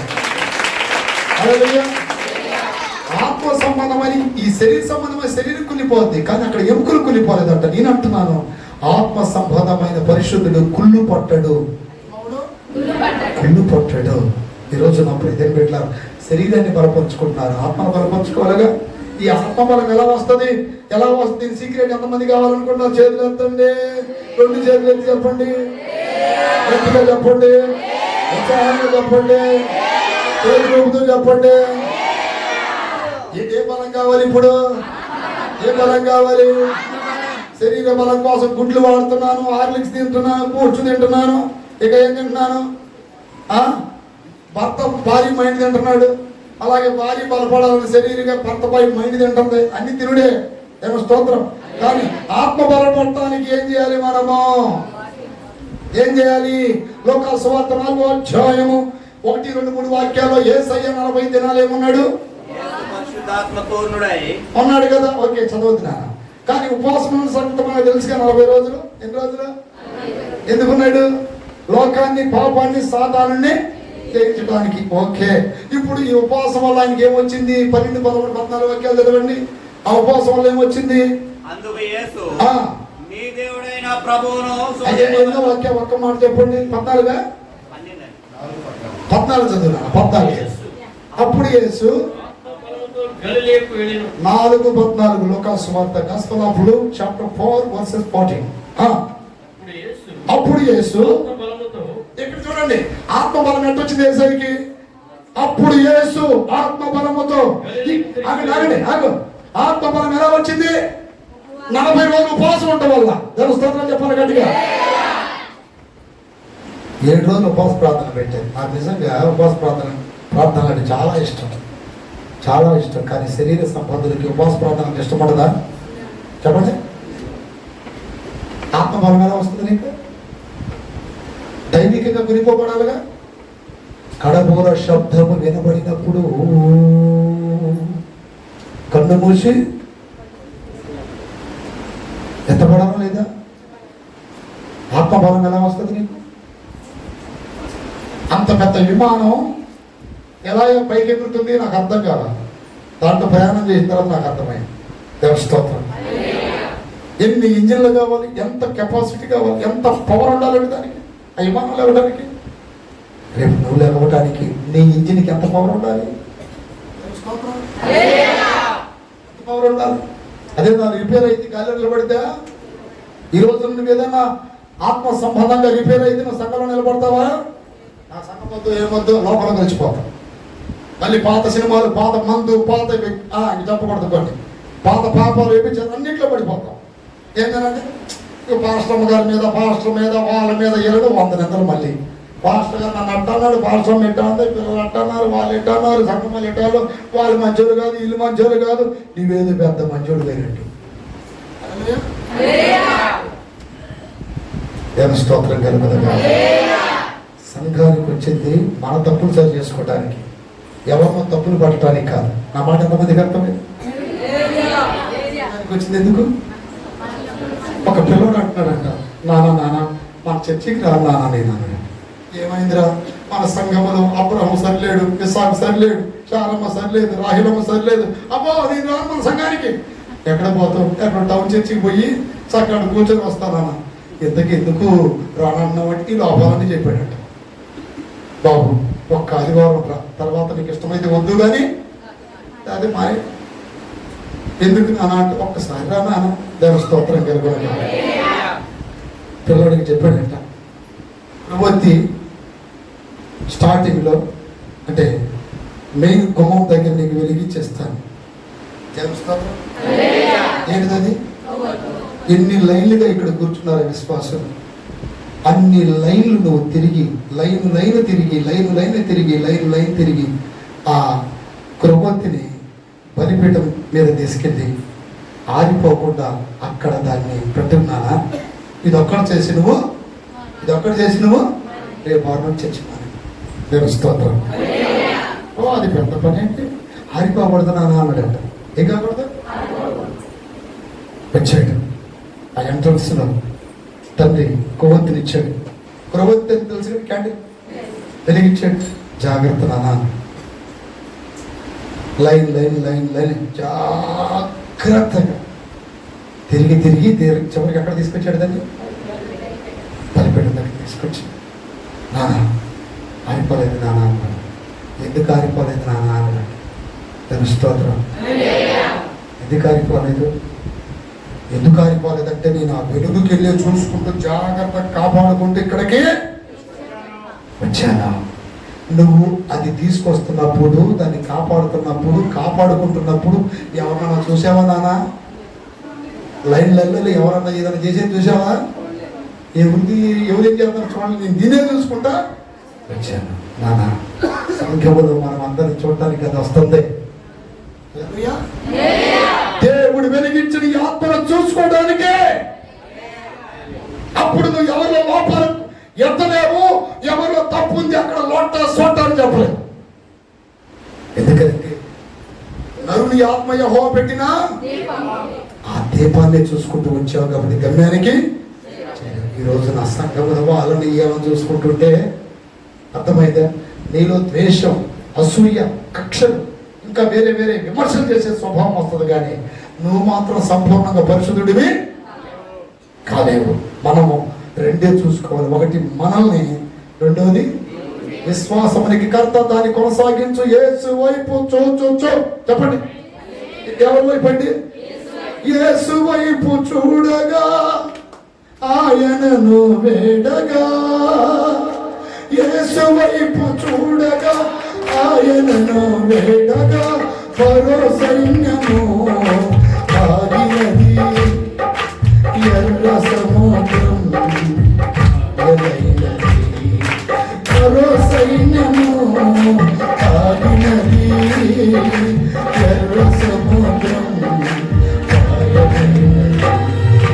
కానాను యాత్ర ఇది సీయోను యాత్ర, కానాను యాత్ర ఇది సీయోను యాత్ర, ఐగుప్తును విడచిన విశ్వాస యాత్ర, ఐగుప్తును విడచిన విశ్వాస యాత్ర, కానాను యాత్ర ఇది సీయోను యాత్ర, కానాను యాత్ర. లోకములో విశ్వాసికి శ్రమ తప్పక కలుగును. కలిగితే లేదా? సాతానుడు విడువక శోధింపక మానడు. శివరంజని. లోకములో విశ్వాసి శ్రమ తప్పక కలుగును. సాతానుడు విడువక శోధింపక మానడు. లోకమును జయించిన యేసు మనకు ఉన్నాడు. లోకమును జయించిన యేసు మనకు ఉన్నాడు. ప్రియ జీవితములో గొప్ప బ్రతుకు, ప్రియ జీవితములో గొప్ప బ్రతుకు. కానాను చెప్పండి. ఇది సీయోను.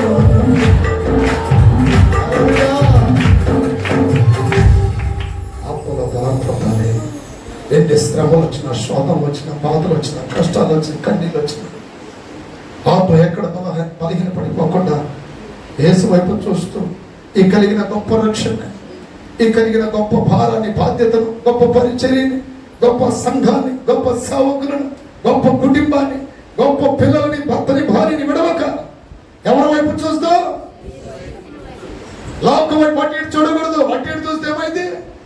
పేతురు యేసయ్యలాగా నడవాలని సముద్రం మీద నడుస్తూ నడుస్తూ గాలిని చూసి ఏమయ్యాడండి? గాలిని చూసి భయపడి, గాలిని చూసి భయపడి ఒక్క అడిగేస్తున్న పేతురు 10 అడుగులు వేసాడా? మునిగిపోసాగాడంట. ఈ రోజున ఏం చూస్తున్నారు? లోకంగా విమర్శించేవాళ్ళనా, నిందలనా, అవమానాలనా, నిన్ను నిరుత్సాహపరిచేవాళ్ళనా? చెప్పలేదు పెట్టారా? ఈ రోజున మనం వెళ్తున్నటువంటి ఈ ఆత్మీయ యాత్ర శరీర సంబంధులకి వెరితనంగా ఉంది. మనం చేస్తున్న ఈ పరిచర్య వాక్యము ఎరగని అసత్య సంబంధమైన సేవకులకి సంఘాలకి వెరితనంగా ఉంది. ఈ రోజు ఎవరి వైపు చూడాలి నువ్వు? జన స్తోత్రం కలుగు. నా యేసుతో కలిసి పోరాడుచున్నాను, అపజయమే ఎరుగని జయశీలుడాయన. నా యేసు కొరకే సమర్పించుకున్నాను.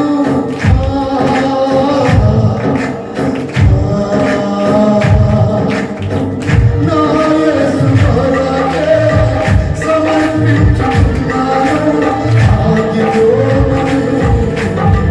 సమర్పించుకున్నాను.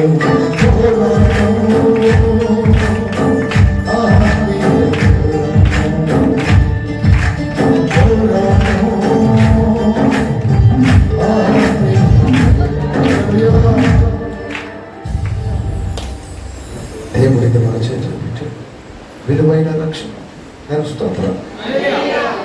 బలవంతుడు బలవంతుడు బలవంతుడు దైవికముగా కొనిపోబడదు. ఎన్ని రకాల బలాలు కావాలి చెప్పాలి? 2 వాక్యములు, 3 4 ఆత్మల బలం ఎలా వస్తుంది? ఉపవాస ప్రార్థన చేసినట్టు.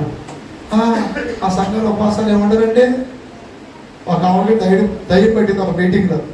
నేను అన్నాను, ఈ దయ్యం పోయింది కానమ్మా, నువ్వు కాస్త ఉపవాస ప్రార్థనకి వెళ్ళమ్మా అంటే, మా సంఘంలో అసలు ఉపవాస ప్రార్థనలు పెట్టండి. నేను స్తోత్రం. సరే మా దగ్గరికైనా రమ్మా అన్న. మా దగ్గరికైనా రమ్మా అంటే ఈలోపు ఒక ఆమె వచ్చి, ఆ ఉపవాస ప్రార్థన అంటే ఏం లేదు, సంవత్సరానికి ఒకసారి మన అయ్యగారు పెడతాడు చూడు, పులిహారండి, ఏమండి పులిహారండి, చపాతీలు పెట్టి, అదే ఉపవాసం. అదే అదే ఈ మాస్టర్ గారు ఏంటి, ఏం తినకూడదు, ఏం తాగకూడదు అన్నాడు. గుంటక వేయకూడదు, తమడు ఆడకూడదు. ఉపవాసం అంటే చెప్పండి. గుంటక వేయకూడదు అటైతే అన్నయ్య నీళ్ళు కూడా తాగకూడదు. తాగండి, పోతారు. స్తోత్రం. ఉండగలిగితే ఉండండి. నేనైతే అట్లానే ఉంటా ఇప్పటికీ. దేవుని స్తోత్రం. ఎప్పుడైనా అవసరమైతే నేను కూడా తాగుతున్నానండి. ఏంటి దీనికి వచ్చి నేను దేవుని స్తోత్రం. ఏంటంటే ఎందుకంటే ఇప్పుడు అన్నింటిలో కలిసి శరీరానికి కూడా కలిసి అవుతుందంటే బలహీనతలు. ఏదో చిన్న చిన్నవి తాగండి. అట్టనే అబ్బో జ్యూసులు తాగారు. దేవుని స్తోత్రం. మాకు ఆవిడ ఉపవాస ప్రార్థన చేయడానికి వచ్చింది మా దగ్గరికి. అన్నయ్య 7 రోజులు ఉపవాసాలు ఉంటాను అంది. అమ్మ యువర్ మోస్ట్ వెల్కమ్ అన్నా. ఉపవాసంలో కూర్చుందండి. భర్త వచ్చి అంటున్నాడు, ఉపవాసం ఉందా? ఏమీ నీరసం వస్తుందా? బయటకు వస్తుందండి. పోయి కొద్దిగా పాలు తీసిరండి, ఒక గ్లాస్ దేమంటే ప్రేమ కదా, లీటర్ తెచ్చాడు. మా అత్త తాగేసింది. తాగి అంట పాత వచ్చేటట్టుంది, కానీ కొంచెం అరటిపండ్లు తీసిరా, కొద్దిగా ఎత్తుగా ఉంటుంది. అవి మింగేసింది డజన. నేను స్తోత్రం. ఇలా కూడా నోరంతా తీయగా స్వీట్గా ఉంది. ఈ సెంటర్లో కొంచెం కారం వేసి పునుగులు తీసుకురావాలి. పునుగులు తెలుసా? అప్పుడు మీరు ఆంధ్రావాలే కదండి. దేవ స్తోత్రం. నేను ఏదో వేరే రాష్ట్రం పోయినట్టు మాట్లాడుతున్నాను. దేవ స్తోత్రం. పునుగులు ఎత్తే 2 ప్లేట్లు పునుగులు లేపేసిందండి. తర్వాత మళ్ళీ వచ్చాడు మాస్టర్ గారండి, కొంచెం సాంబార్ కొద్ది తినమంటారా? కొద్దిగా ఏంటండి, ప్లేట్ పంపిస్తా తినేసేయండి. 5 నిమిషాలకి మా కంటికి ఇక్కడ కనపడకూడదు. నాకు ఏ ప్రార్థన వచ్చావు నువ్వు? లీటర్ పాలు తాగితివి, దాన్ని నచ్చిమండలు తింటివి, 2 పొట్లాలు. నీ కడుపు పగల అన్నామనుకున్న ఆడమనిషి అయిపోయింది. దేవుని స్తోత్రం. కడుప పొట్ట పగల అంటారు కదండి. హల్లెలూయా. కడుప చెరువు కాదు, కంపం చెరువ. కంపం అంటే ఏంటి? కంపం అంటే ఈ ఖమ్మం కాదు. ఆ చెరువులో కూడా సేవ చేయొచ్చు నేను. దేవుని స్తోత్రం. మనకి ఆసియా కడవ చిన్న చిన్న చెరువులు ఉన్నాయి. కంభం చెరువు అనేది సముద్రాన్ని తలపించింది. గిద్దలూరు ఐడియా ఉందా మీకు? ప్రకాశం జిల్లా మార్కాపూర్ తర్వాత వచ్చేది కంభం. ఆ కంభం చెరువు. అందుకని సామెత ఎట్టలేరు, ఇది కడుప కంభం చెరువ అంటే సముద్రం లాగా ఉంటుంది. అంటే నీ కడుపు అలాంటిదని. నేను స్తోత్రం కలుగుతుంది కదా. ఇన్ని తినేసి ఉపవాసం ఉంటాను అన్నయ్య. ఇంకొద్దమ్మా, నీ ఉపవాసాన్ని దేవుడు చూసి మురిసి మైమరచి ఇక దీవులు తీసుకొని దేవతతో వస్తున్నాడు. అంత చక్కగా చేసే ఉపవాసం తక్షణమే వెళ్ళిరండి. ఎందుకంటే నిన్ను చూస్తే మా వాళ్ళు నేర్చుకుంటారు విశ్వాసం. దాని స్తోత్రం కలుగును కాక. దవడ ఆడకూడదు, గుట్టకేయకూడదు. గుట్టకేయండి, దవడ మాత్రం ఆడి మాకండి. దాని స్తోత్రం కలుగును కాక. అన్నమే తింటలేదు అన్నయ్య, ఇంక అన్ని తింటారు. అన్నమే తింటలేదు అన్నయ్య, ఇంకేంటి ఏమండి? అన్నం తినడానికి ఏది తిన్నా 1 సంవత్సరం ఏంటి 10 సంవత్సరాలు ఉండొచ్చు ఉపవాసం. దాని స్తోత్రం. ఎందుకంటే అన్నంలో లేని శక్తి వాటిలో ఉంది. నిజమైన ఉపవాసం యేసయ్య చేశాడు, అది మనకి ఎగ్జాంపుల్. ఆయన ఆత్మబలం పొంది గలిలయకి వెళ్ళాడంట. ఈ రోజున గలిలియ అనే ఈ లోకంలో మనం తిరుగుతున్నాం. ఈ లోకంలో ఏమున్నాయి? దయ్యాలు ఉన్నాయి. ఈ దయ్యాలను జయించాలంటే మనకి ఏ బలం కావాలి? ఒకప్పుడు మందు తాగేవాడికి, ఈ రోజున మందు మానేసావు. అప్పుడప్పుడు బ్రాందీ షాప్ ఉంటే వెళ్ళాల్సి వచ్చింది. నువ్వు దాన్ని చూడగానే నూరు అవుతుంది అనుకోండి, నీకు ఆత్మబలం ఉన్నట్టా లేదా? బాగా సినిమా చూసేదానికి ఇప్పుడు ఏం చేస్తున్నావు? అప్పుడప్పుడు ఆ సినిమా హాలు కొండాట వెళ్తున్నప్పుడు మంచి సినిమా వస్తుంది, అటు ఇటు చూడటం, టికెట్ తీసుకురావటం, మాస్కులు ఏంటి మాస్క్ కూడా వెలిగించుకోవడం, ఏ సినిమాలో తగలటం, మళ్ళీ చూడటం, మళ్ళీ వెళ్ళిపోవడం. మధ్య ఈ మధ్య ఒక పాస్టర్ గారు దొరికాడు నాకంటికి. స్తోత్రం కలుగునుగా. తప్పేం చేయలేదండి. సినిమా హాల్లోకి వెళ్ళి వస్తాడు. ఏం తప్పండి అసలు? తప్పంటారా? వాడు అంటాడు నాతో ఏమని, పాస్టర్ గారు మీరు మరింత గురించి చెప్తే కుదరదండి. హల్లెలూయా. ఏం చేశాడు ఆయన? నీ కొంప ఏమైనా కూల్చాడా? వాళ్ళ కొంప కూల్చాడా? ఎవరి కొంప కూల్చలా, ఆయన కొంపే కూల్చుకుంటున్నాడు. లేదా స్తోత్రం. ఎక్కడికి వెళ్ళి వస్తున్నాడే? ఆశ పెట్టుకుని మళ్ళీ బయటికి ఓ పెద్ద సంస్థ నడిపిస్తాడు ఆయన. లక్షలు వస్తాయి చెప్పండి. అదే దేని స్తోత్రం. ఆయనకి ఎక్కడ కారణం నడిపితే మనకు పరిశుద్ధుడైన దేవుడు దగ్గర చప్పట్లు కొట్టండి. విమర్శించడం నా మనసు కాదండి. కాకపోతే అలాంటి ఎందుకు జయించలేకపోతున్నారంటే ఏ బలం లేదు. వారానికి 1-2 రోజులు ఖచ్చితంగా ఉపవాసం ఉండవలసినదే. నేను ప్రతి శనివారం ఉంటానండి. నేను ఇప్పటికీ పరిచర్యకు వచ్చి 2000లో బాప్టిజం పొందాను. 6 నెలల తర్వాత పిలుపు వచ్చింది. 5 సార్లు దేవుడు నన్ను పిలిచాడు, లోబడలేదు, సావు దెబ్బలు తిన్నాను. ఆ తర్వాత సేవకు వచ్చాను. దగ్గర 6-7 సంవత్సరాలు, 3 సంవత్సరాలు గ్రాడ్యుయేట్ చేశాను బిబ్లికల్ స్టడీలో. ఆ తర్వాత నా ప్రేమ పెట్టారు పాస్టర్ లీడర్గా చేశాను. అప్పటికి ఇంకా తృప్తి చాలక ఇంకా నేర్చుకోవడానికి ప్రయత్నం చేశాను. సేవకు దగ్గర 7 ఏళ్ళు ట్రైనింగ్ అయింది. ఆ తర్వాత సేవకు వచ్చాను, ప్రేమ పెట్టాను. ఇన్ని సంవత్సరాలు ఇప్పుడు నేను ప్రభువులోకి వచ్చి 25 ఏళ్ళండి. ఎన్నేళ్ళు? నేను ఎప్పుడు వచ్చాను తెలుసా సేవకి? మీరు అనుకోవచ్చు అన్నయ్య అని. నేను ప్రభు నమ్మింది 14లో, సేవకు వచ్చింది 15లో. దేవుని స్తోత్రం. 15వ ఏట 14వ ఏట బాప్తిస్మం. దేవుని స్తోత్రం. ఈ 25 ఏండ్లు నా ప్రియమైన బిడ్డలారా ఉపవాసమును నాకు తెలిసి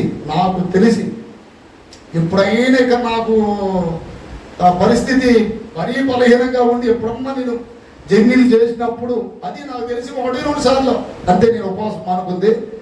కానీ నేను ఉపవాసం మానుకున్న రోజు లేదండి. ప్రతి శనివారం కంపల్సరిగా ఏ కూటలు పెట్టాను నేను సంఘంలోనే. దేవుని స్తోత్రం. విశ్వాసం ఒక్కరు రాకపోని మేమైన ఉంటాం ఉపవాసం. దేవుని స్తోత్రం. ఎందుకంటే మనకు పవర్ ఉండాలి ముందు. ఆమేన్. సావుకులకి ఏముండాలి? విశ్వాసులకి ఏముండాలి? పవర్ ఉండాలి కదా. మీరు కూడా గలిలయ ప్రాంతాన్ని అనే ఈ లోకంలోకి వెళ్తున్నారుగా. యేసయ్య గలిలయకి వెళ్ళి ఏం చేశాడు? దయ్యాలు నిలబెట్టాడంట. ఆయన దయ్యాలు వదిలిపో అంటే ఏమవుతున్నాయి? లోబడిపోతున్నాయి. ఈ రోజున నిన్ను పడేయటానికి ఎన్నో రకాల దయ్యాలు నిన్ను వెతుకుతున్నాయి. మనం పోరాడినది మనుషులతో కాదు, ఆకాశమందున్న దురాత్మలతో మనకు ఒక పోరాటం. ఏ పోరాటం ఇది? భౌతిక సంబంధమైన పోరాటమా? కాదా, ఆత్మీయ పోరాటం ఇది. దేవుని స్తోత్రం. ఉపవాస ప్రార్థన ఉన్న ఏ విశ్వాస అయినా సేవకులైనా ఏ పాపము చేయుడు, చెడిపోడు, పడిపోడు, హల్లెలూయా, కురిగిపోడు, బలహీనపడడు. ఎందుకంటే ఆ ఉపవాస ప్రార్థన వారికి ఆత్మ బలం ఇస్తే ఆ ఆత్మని ఇంజన్ వారిని, వారి కుటుంబాన్ని, సంఘాన్ని నడిపించుకుంటూ పోతుంది. స్తోత్రం కలుగునగాక. స్తోత్రం కలుగునగాక. ఇప్పుడైనా వారానికి ఒక రోజున ఉపవాసం ఉంటారా? ఉండరా? ఉంటామన్నారు. ఒకసారి చేయొద్దండి. ఉండకపోతే ఉంచుతాడు ఆయన. మీరు ఉంటారా? ఆయన శాతం చెప్పకూడదు. నేను స్తోత్రం. పాస్టర్ గారికి చేపలు పెట్టిపోయాడు అంటారు. అదే చెప్పండి గట్టిగా. ఒక ఆయన ఉపవాసం వండి ఒక్కసారి మార్కెట్కి వెళ్ళాడంట. ఉపవాసాలు ఉన్నప్పుడు మార్కెట్కి ఏం పని అండి? ఆ పండ్లు అయినా చూసి ఆశ కలిగి స్తోత్రం ఏం చేశాడు తెలుసా అబ్బా? అల్లది ఆ కాయ తింటే బాగుండే. ఏ కాయది? యాపిల్ కాయ, ఏదో అరటికాయ, ఏదో ఆశపడ్డాడు. పోతూ ఆ మార్కెట్లో ఏముంటాయండి? అరటికాయ తొక్కలో ఏదో ఒకటి వేస్తాడుగా. పంటదట్ట కాలు పడగడు బోర్ల దాన్ని ఏమంటారు, జారి స్లిప్ అయ్యి కింద పడితే చెప్పు తీసుకొని తనకు తానే బాదుకుంటున్నాడట. నీ కట్నే జరగాలి. దేనికి కొడుతున్నాడు? శరీరం. అందరూ వచ్చి ఇడికి మెట్లా ఇచ్చా ఏంటి వాడికి వాడే బాదుకుంటున్నాడు. వాళ్ళు అన్నాడట, నన్ను పట్టుకోమాకండి, నన్ను కొట్టుకునేవాడిని, నా రట్టు రావద్దని అంటున్నాడు. దీనిని దేవుడు ఉపవాసం ఉండమని చెప్తే ఈ పాపిష్టి శరీరం ఎక్కడికి వచ్చింది? స్తోత్రం ఎక్కడికి వచ్చింది? పటా బాదుకుంటున్నాడట. అయ్యా మొహమంతా వాసిపోతుంది, దీన్ని కొట్టాలి. ఇది ఈసారి ఎప్పుడు ఇక్కడికి రాకూడదు. చదువుపైకి దిగడి. ఈ రోజున ఏ బలం కావాలి చెప్పండి? ఆత్మ బలం. ఏ బలం అండి? ఒక్కటి చెప్పమంటారా చివరి? ఏ బలం? కృపలో బలం. ఏ బలం? 1 తిమోతి 2:1 నా కుమారుడా దేవుని కృప చేత బలవంతుడిని కమ్ము. హల్లెలూయా. దేంట్లో బలవంతులు కావాలి? కృపలో బలవంతులు కావాలని ఎంతమంది ఆశపడుతున్నారు? నీ కృప నాకు చాలును, నీ కృప లేనిది నే బ్రతుకలేదు, నీ కృప నాకు చాలును, నీ కృప లేనిది నే బ్రతుకలేదు.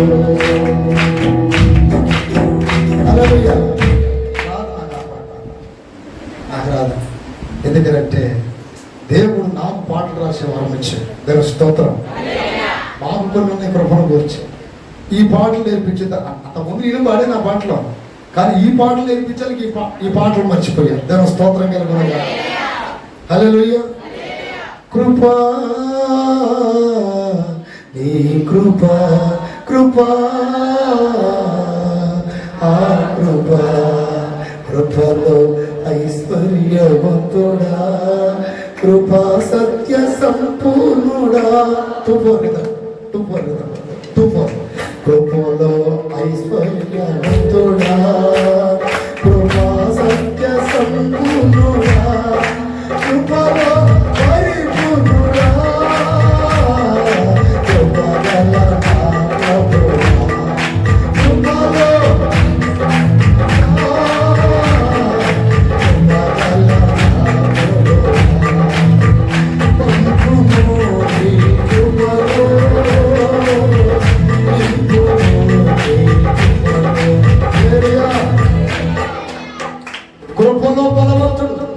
కృపలో బలపరచడానికి ఆయన సిద్ధంగా ఉన్నాడు. ఎప్పుడు బలపరుస్తాడు? తిమోతితో అంటున్నాడు, నా ప్రియ కుమారుడా నువ్వు దేని యందు బలవంతుడు కావాలి? క్రీస్తు యేసునందు కృపలో. ఆ కృప ఎంత దొరికింది చెప్పమంటారా? 2 విధములుగా. ప్రార్థించు వారికి కృప చూపుటకు ఆయన ఐశ్వర్యవంతుడు. రోమపత్రికలో ఉంటది. ప్రార్థించు వారికి ఆయన కృప చూపుటకు.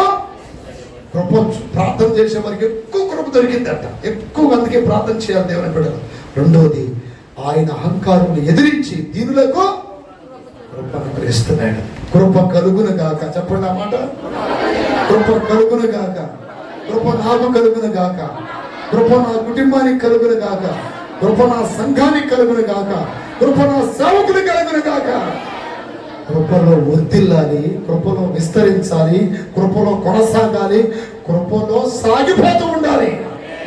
దేవుని స్తోత్రం చెప్పరా? ఏముందండి మీ దగ్గర? నాకు 10 ఎకరాల పొలం ఉందండి. కృప లేదా? You are zero. ఎవరండి? You are zero. నీకేముందండి? కృప ఉందండి. ఏంటే కృప? ఏంటా కృప? శ్రేష్టమైన కృప. హల్లెలూయా.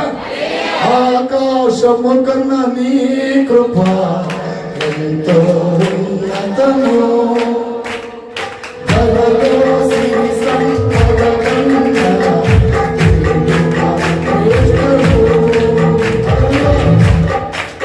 ఆకాశము కంటే గొప్పది. ఇప్పుడు చెప్పండి, కృప కలుగును గాక. చెప్పండి అమ్మా. కృప కలుగును గాక. కృప కలుగును గాక. అల్లెలు చెప్పమంటే అల్లెలు చెప్పిట్టాను ముసి ముసి అవుతుంది. ఎందుకు అల్లెలు చెప్పలేదురా? గట్టిగా చెప్పరా, గట్టిగా చెప్పరా. నీకు వందనాలు అంటే ఒక్కసారి అరే నా 2 పళ్ళు కింద ఊడిపట్టాయి. నా పరువు తీసావు కదా, నా పరువు తీసావు కదా. ఏంటి వాడికి కట్టిన పళ్ళు అంట. అందుకని పళ్ళు మీకేమన్నా అట్లాంటి పళ్ళు ఉన్నాయండి? లేవు కదా. అట్లాంటి గట్టిగా కృప కలుగును కాక చెప్పండి. ఏం కలుగును కాక, ఏం కలుగును కాక. రోగం వచ్చును అంటారా? వద్దా? కృప కలుగును కాక. దేవుడు దీవించదా? నీ నోట ఆశీర్వాదం వచ్చినా లేదా అని నేను నాశనంగాను నువ్వు అట్టయిపోను ఇట్టయిపోను తిట్లు పెడుతున్నారు చూడండి. నేను స్తోత్రం కలుగును కాక, కృప కలుగును కాక, కృప కలుగును కాక. సంఘం ఏం చేయాలి? ఇప్పుడు ఎన్ని రకాల బలాలు చెప్పండి. ఎన్ని రకాలు? కృప. ఒకటి ప్రార్థన, రెండోది వాక్యం, మూడోది చెప్పండి చెప్పండి, నాలుగోది ఐదోది ఒక పాయింట్ అయింది. ఎత్తుకుంది 4 పాయింట్లు అయితే ఇప్పటికి ఒక పాయింట్ అయింది. మిగతా చెప్తే రాత్రి అంతా అయితే నేను స్తోత్రం కలుగును. మీకు కాదు, ముందు మాకు తొందర ఎక్కువగా ఉంది. నేను స్తోత్రం 5 నిమిషాలు మొత్తం చెప్పేస్తాను. నేను స్తోత్రం. అమ్మగారు పర్మిషన్ ఇస్తారా? చంద్రపైకి ఎందుకడిగా చెప్పండి. నాకు అమ్మగారు ముందే చెప్పింది 2 గంటలు అయ్యారు మీకు అంతేగా. నేను స్తోత్రం ఇంకా 2 గంటలు అవ్వాలా, 1:30 అయింది. 5 నిమిషాలు ఎన్ని కారణం అరగంట తీసుకుంటా. నేను స్తోత్రం. మీరు వింటా ఉండండి, నేను చెబుతూ ఉంటా. చెప్పేది నేను కాదు, పరిశుద్ధాత్మ దేవుడే. గట్టిగా చెప్పండి. నేను 15 అర్థమైంది. గొప్ప విద్యలు చదివిన వాడిని కాదు. అప్పుడు పెట్టారు, ఏ అర్హత నాకు లేదు. ఆ మహాదేవుని కృపలో బలపడి అనేక ప్రాంతాలు, రాష్ట్రాలు, జిల్లాలు, దేశాలు కూడా. నేను స్తోత్ర. ఇప్పుడు దేవుడి కృపను బట్టి 12 దేశాల్లో వాడుకున్నాడు దేవుడు నన్ను. ఎన్ని దేశాలు చెప్పండి? 12 దేశాలు. హల్లెలూయా. Africa, Israel, Jordan, Thailand, Bangkok, హల్లెలూయా, శ్రీలంక, కంబోడియా, ఈజిప్టు, తర్వాత మలేషియా. ఏ తర్వాత లేని వాళ్ళని ఎన్ని ప్రాంతాలు తీసుకెళ్తున్నాడు. మీకు కూడా ఉంది కదా ఆశ. మీరు కృపలో బలవంతులు కానీ మిమ్మల్ని కూడా తీసుకెళ్తాడు. ఎక్కడికి? చూడటానికి. దేవస్తోత్రం. అమ్మగారిని ఎక్కడ తీసుకెళ్తాడో వాడుకోవడానికి. దేవస్తోత్రం కలుగును కానీ. హల్లెలూయా. మీలో కూడా అనేక మంది సేవకులు యేసుదురు గాక. అనేక మంది సేవకులు అవ్వాలి. ఆమేన్. అనేకులు కావాలి, పరిచయం చేయాలి. మేము పాటలే పాడతాం, ప్రార్థన చేయమండి అంటే దాని అర్థం ఏంటి? దేవుని చిత్తములో నా ప్రీతిని పెట్టాలి. ఏ పని చేసినా భాగ్యమే. చివరికి అంట్లు తవ్విన భాగ్యమే, పట్ల వేసిన భాగ్యమే. చివరికి దైవ సేవలు చెప్పులు తుడిచిన భాగ్యమే. దైవ స్తోత్రం గెలుగులు. ఎందుకంటే ఈ పరిచయం తెలియదు చాలా మందికి. మోషే తర్వాత యెహోషువ అంత బలమైన నాయకుడు ఎందుకైనా తెలుసా? మోషేకి యెహోషువ ఏం చేశాడు? ఏలియా తర్వాత ఎలీషా. ఆ ఏలియా 8 అద్భుతాలు చేస్తే ఎలీషా 16 అద్భుతాలు ఎలా చేయగలిగాడో తెలుసా? పరిచర్య ద్వారా. తిమోతి అంత గొప్ప దైవజనుడు ఎందుకయ్యాడంటే పరిచర్య. పౌరుని పరిచర్య చేశాడు. పరిచర్య దగ్గర నుండే రావాలి. ఒక ఆయన నా దగ్గరికి వచ్చి, అయ్యా నీలా పాస్టర్ కావాలని నేనేం చేయాలి అన్నాడు. నేను స్తోత్రం. ఇంటింటికి పోతే 4 రకాల కూరలు దొరుకుతాయి, నీకు చాలా గౌరవిస్తారు. నేను కూడా వస్తాను అయ్యగారు అంటే నేను అన్నాను. ఆయన పెద్ద ఆయన ఆర్మీ ఎవరంటే తెలుసా? సైనికుడు. రిటైర్మెంట్ అయ్యి అర్థమైంది ఉన్నంతకాలం వాడుకొని పనికి రానప్పుడు వెనక్కి తిప్పి ఒక తలదంతి ఆడకొచ్చి పట్టాడు. ఇంటికి వచ్చి పడి నేను కూడా ఎట్టా పాస్టర్ గారిని కావాలి. ఈ మధ్య చూడండి కొంతమంది ఆ ఉన్నంత సర్వీస్ అంతా ఆ గవర్నమెంట్ లో జాబులు చేసి ఆడ పనికి రాకపోతే జోలు ఒకటి వేసుకొని నేను కూడా ఏం చేస్తా చేమంటున్నారు. జీవితమే యవ్వన కాలం బలిపీఠం మీద పెట్టి, అప్పుడే నేను పెట్టారా, యవ్వన కాలం బలిపీఠం మీద పెట్టి సర్వాన్ని దేవుని కొరకు సమర్పించిన సేవకుని గమనించి ఇప్పుడు వచ్చి నేను బలారాధన ఇస్తానంటే మన డిఎస్పీ గారు అంటాను నాతో, నానా ఈ సంఘాలు ఎప్పుడన్నా బలారాధన నన్ను మీరు బలారాధన కొద్ది రావా, నన్ను వాడుకొని నిన్ను కొద్ది బలపరుస్తా. నన్ను బలపరుతాడట ఆయన.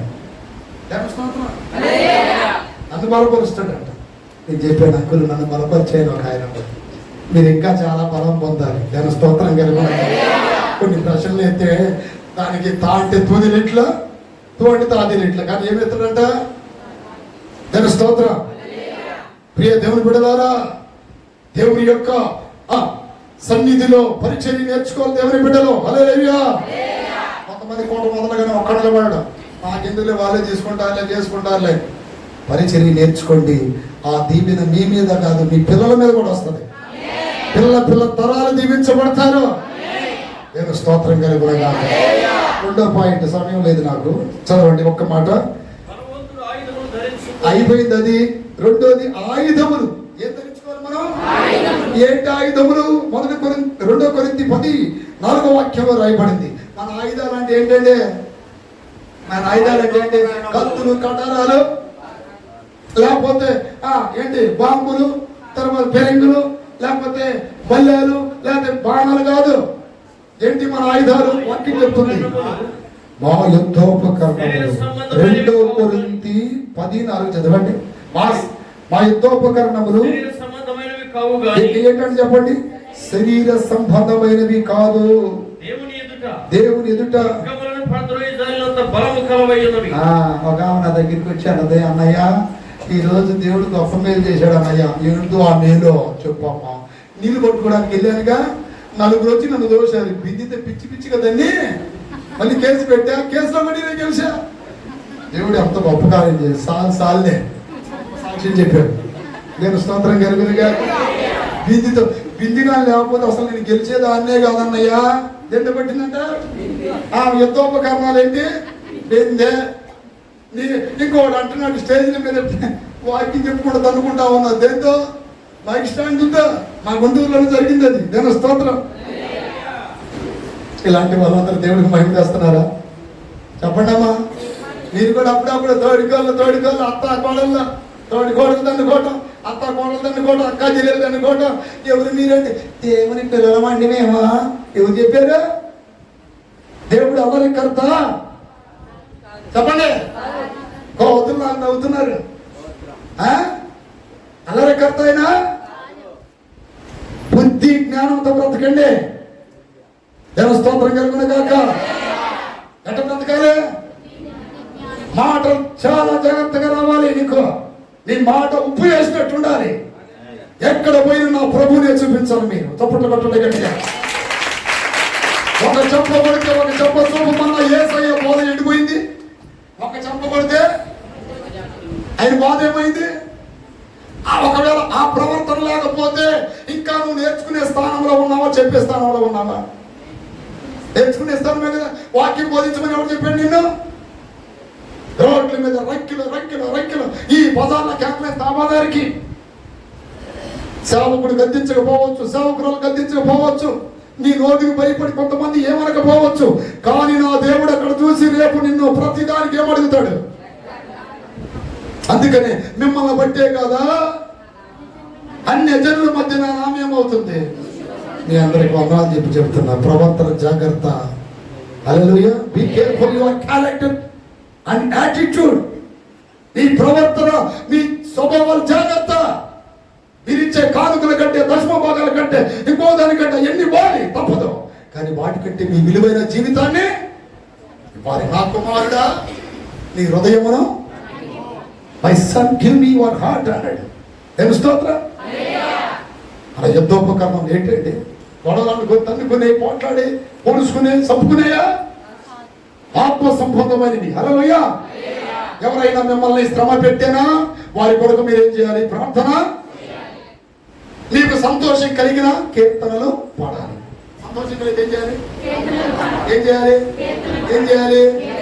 చేయాలి? బాధ కలిగితే, హింసిస్తే ప్రార్థన చేయాలి. అది కదా. ధర్నాలు చేద్దామా? అక్కడ పాసం చంపారు, ఇక్కడ అది చేశారు, చంపుతారు. మనల్ని లోకంలో మనకేం కలిగింది? చంపడం శ్రమలో ఏ కదా. ధర్నాలు చేస్తే న్యాయం చేస్తాడు మనకే. లోకమంతా ఎక్కడుంది? దుష్టుని ఎందున్నది. ఎక్కడుంది? అర్థమైంది? ఎక్కడుందండి? The world is in the దుష్టుడు సాధారణలో ఉంది వాళ్ళు. అతను ఇక్కడ మనకు న్యాయం జరిగితే, మన యేసయ్యకి న్యాయం జరిగిందా? మనకు జరిగిందా? తండ్రికే గతిరినప్పుడు పిల్లలకు జరిగిందా? గురువుకే గతిరినప్పుడు శిష్యులకు జరిగిందా? ధర్నాలు చేద్దాం, అవి చేద్దాం, ఈ చేద్దాం. వాక్యం తెలియని అజ్ఞానులు. చేతనైతే ఉపవాసాలని ప్రార్థన చేయండి. ప్రభుత్వాన్ని మారుస్తాడా? గద్దె నుండి ఆ పరిపాలకులను తిప్పుతాడా?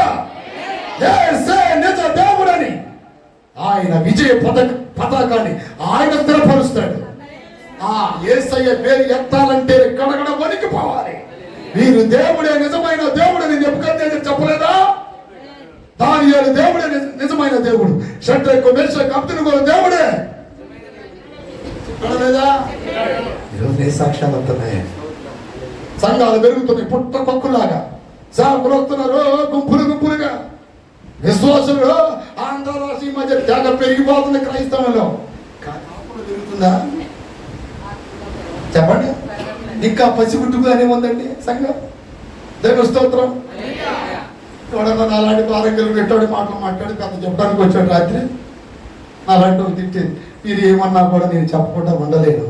ఎందుకంటే ఏలైనగా క్రీస్తు ప్రేమ మమ్మల్ని బలవంతం చేస్తుంది. చప్పట్లు కొట్టండి గట్టిగా. హల్లెలూయా. ఎక్కడ ఉన్నా ఎవరికి మహిమకరంగా ఉండాలి?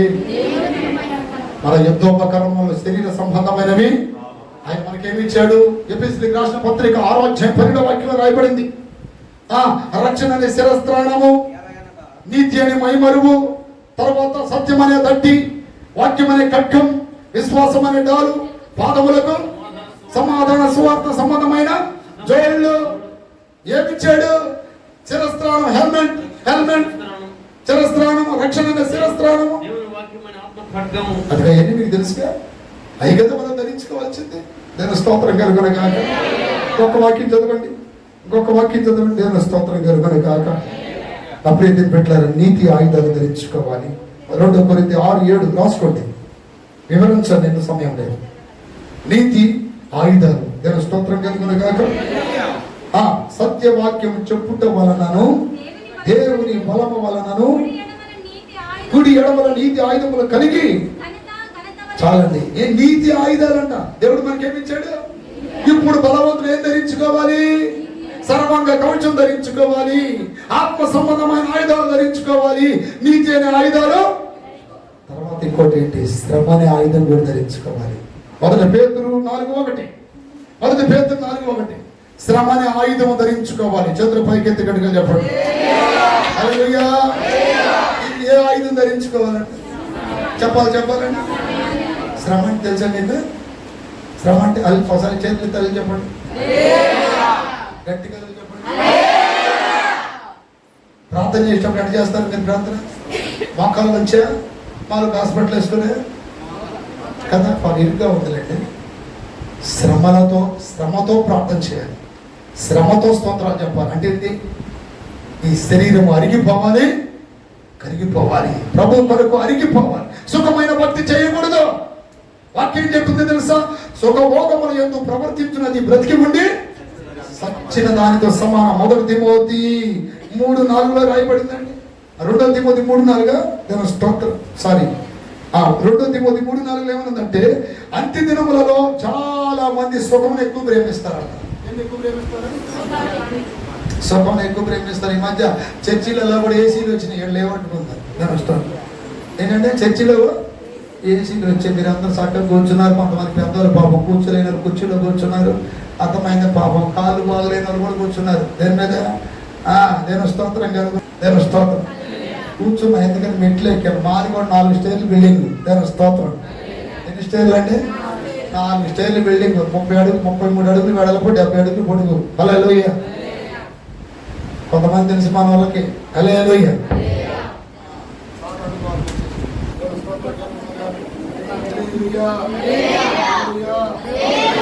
సుఖభోగముల యందు ప్రవర్తించున్నది బ్రతికి ఉండి సచ్చినదానితో సమానమే అంటున్నాడు. దేవుని స్తోత్రం కలుగును. సుఖభోగముల యందు ప్రవర్తించకూడదంటే అర్థం ఏంటి? ప్రార్థనలో ప్రయాసపడాలి, వాక్యంలో ప్రయాసపడాలి, ఆత్మలో ప్రయాసపడాలి. చేతులపైకి ఎత్తి గట్టిగా చెప్పండి. ఎక్కడెక్కడ ప్రయాసపడాలి? ఆత్మలో ప్రయాసపడాలి, వాక్యంలో ప్రయాసపడాలి, పరిచర్యలో కూడా. అక్కడ ఏముందంటే అంత్య దినమున ఎంతో మంది దేవుని కంటే ఎక్కువ సుఖాన్ని అనుభవిస్తారంట. దేవుని స్తోత్రం కలుగును గాక. దేవుని కంటే నాకు ఒక రోజు ఒక కోరిక కలిగింది. ప్రభా, నాకు పరలోకం ఎలా ఉంటుందో నాకు చూపిమని అడిగాను. ప్రభా అన్నాడు, చూపిస్తాను. ఇంకొక ఆశ కూడా ఉంది ప్రభా, నువ్వు భూమి మీద ఉన్నప్పుడు ఎట చేసేవి సేవ ఒక్కసారి చూపి ప్రభా. దేవుని స్తోత్రం కలుగును. ఆయన యవ్వన కాలంలో ఎలా చేశాడు నాకు చూపించాడని. ఆయనతో పాటు శిష్యులు పరిగెత్తలేకపోతున్నారు. దేవుని స్తోత్రం. ఒక ఎత్తైన కొండ మీదకి ఆయన అంత కొండను కూడా చాలా అలవోకగా ఎక్కుతూ ఉంటే శిష్యులు కొంతమంది ఎక్కలేకపోతున్నారు. ఈలోపు ఒక కొండ మీద నేను నిలబడ్డాను. అక్కడ ఒక చిన్న ఇల్లు లాంటిది, అంటే ఓల్డ్ బిల్డింగ్, అంటే అప్పుడు పూర్వకాలపు రాళ్ళతో కడతారు కదా, ఆ టైపులో మిద్దిలాగా ఉంది. దాంట్లో ఒక ఆవిడంతే. ఆవిడంటే ప్రభు వచ్చి ఆమెను స్వస్థపరిచాడు. ఇదంతా కళ్ళ జరుగుతుంది. నేను బయటకు వచ్చిన తర్వాత ప్రభు నేను చేసే పరిచర్య నీకు ఇష్టమేనా అని అడిగాను. నేను చేసే పరిచర్య నీకు ఇష్టమేనా? నీ ఎంత పరిగెత్తలేకపోతున్నాను, నీ ఎంత ప్రయాసపడలేకపోతున్నాను. ఇప్పుడు కొంచెం సన్నపడ్డానండి. నేను స్తోత్రం. అర్థమైంది? నన్ను స్టేజ్ ఎక్కియాలంటే నన్ను స్టేజ్ ఎక్కియాలంటే అప్పుడు ఇద్దరు మనుషులు 2019 హల్లెలూయా. కొంతమంది చూసి ఉంటారు, ఎంత ఉండేది పొట్ట. హల్లెలూయా. ఎంత పొట్ట అండి. ఇప్పుడు కొంచెం తగ్గించారు, తిండి తగ్గించారు, ప్రయాస పెంచాం. హల్లెలూయా. అప్పుడు ఒక ప్రసంగం చెబితే కొంతమంది కొన్ని మీటింగ్లకు వెళ్ళినప్పుడు మాస్టర్ గారు రాత్రి అయితే బాగా చెప్పారు, ఈ రోజు ఏంటంటే చెప్పలేకపోయారు. వాక్యం చెప్పారు కానీ ఆ ఉద్యోగం కనపడలేదండి అంటే బాధ కలిగి ఏడుపు వచ్చింది. ఒకసారి సూర్యపేటలో ఎట్లా చెప్తున్నప్పుడు చెప్పాను, మాస్టర్ గారు ఒక ప్రసంగం చెప్పిన తర్వాత రెండో ప్రసంగానికి నాకు గుండెలో నొప్పి వస్తుంది, అందుకని నిదానం చెప్తున్నాను అన్నట్టు. ఓహో అదే అన్నాను. అంతేగాని నేనేదో సుఖం కోసం కాదండి అంటే ఎక్కడ నానా అన్నాడు.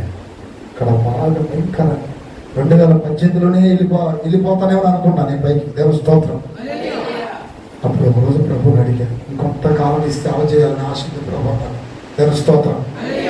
కొంతకాలం నేను ప్రయాసపడాలని ఆశ ఉంది. ఇంకొంతకాలం ఒక్క ఛాన్స్ ఇస్తావా నాకు ప్రభు అని అడిగితే ప్రభు నాకు ఒక ఆలోచన చెప్పాడు.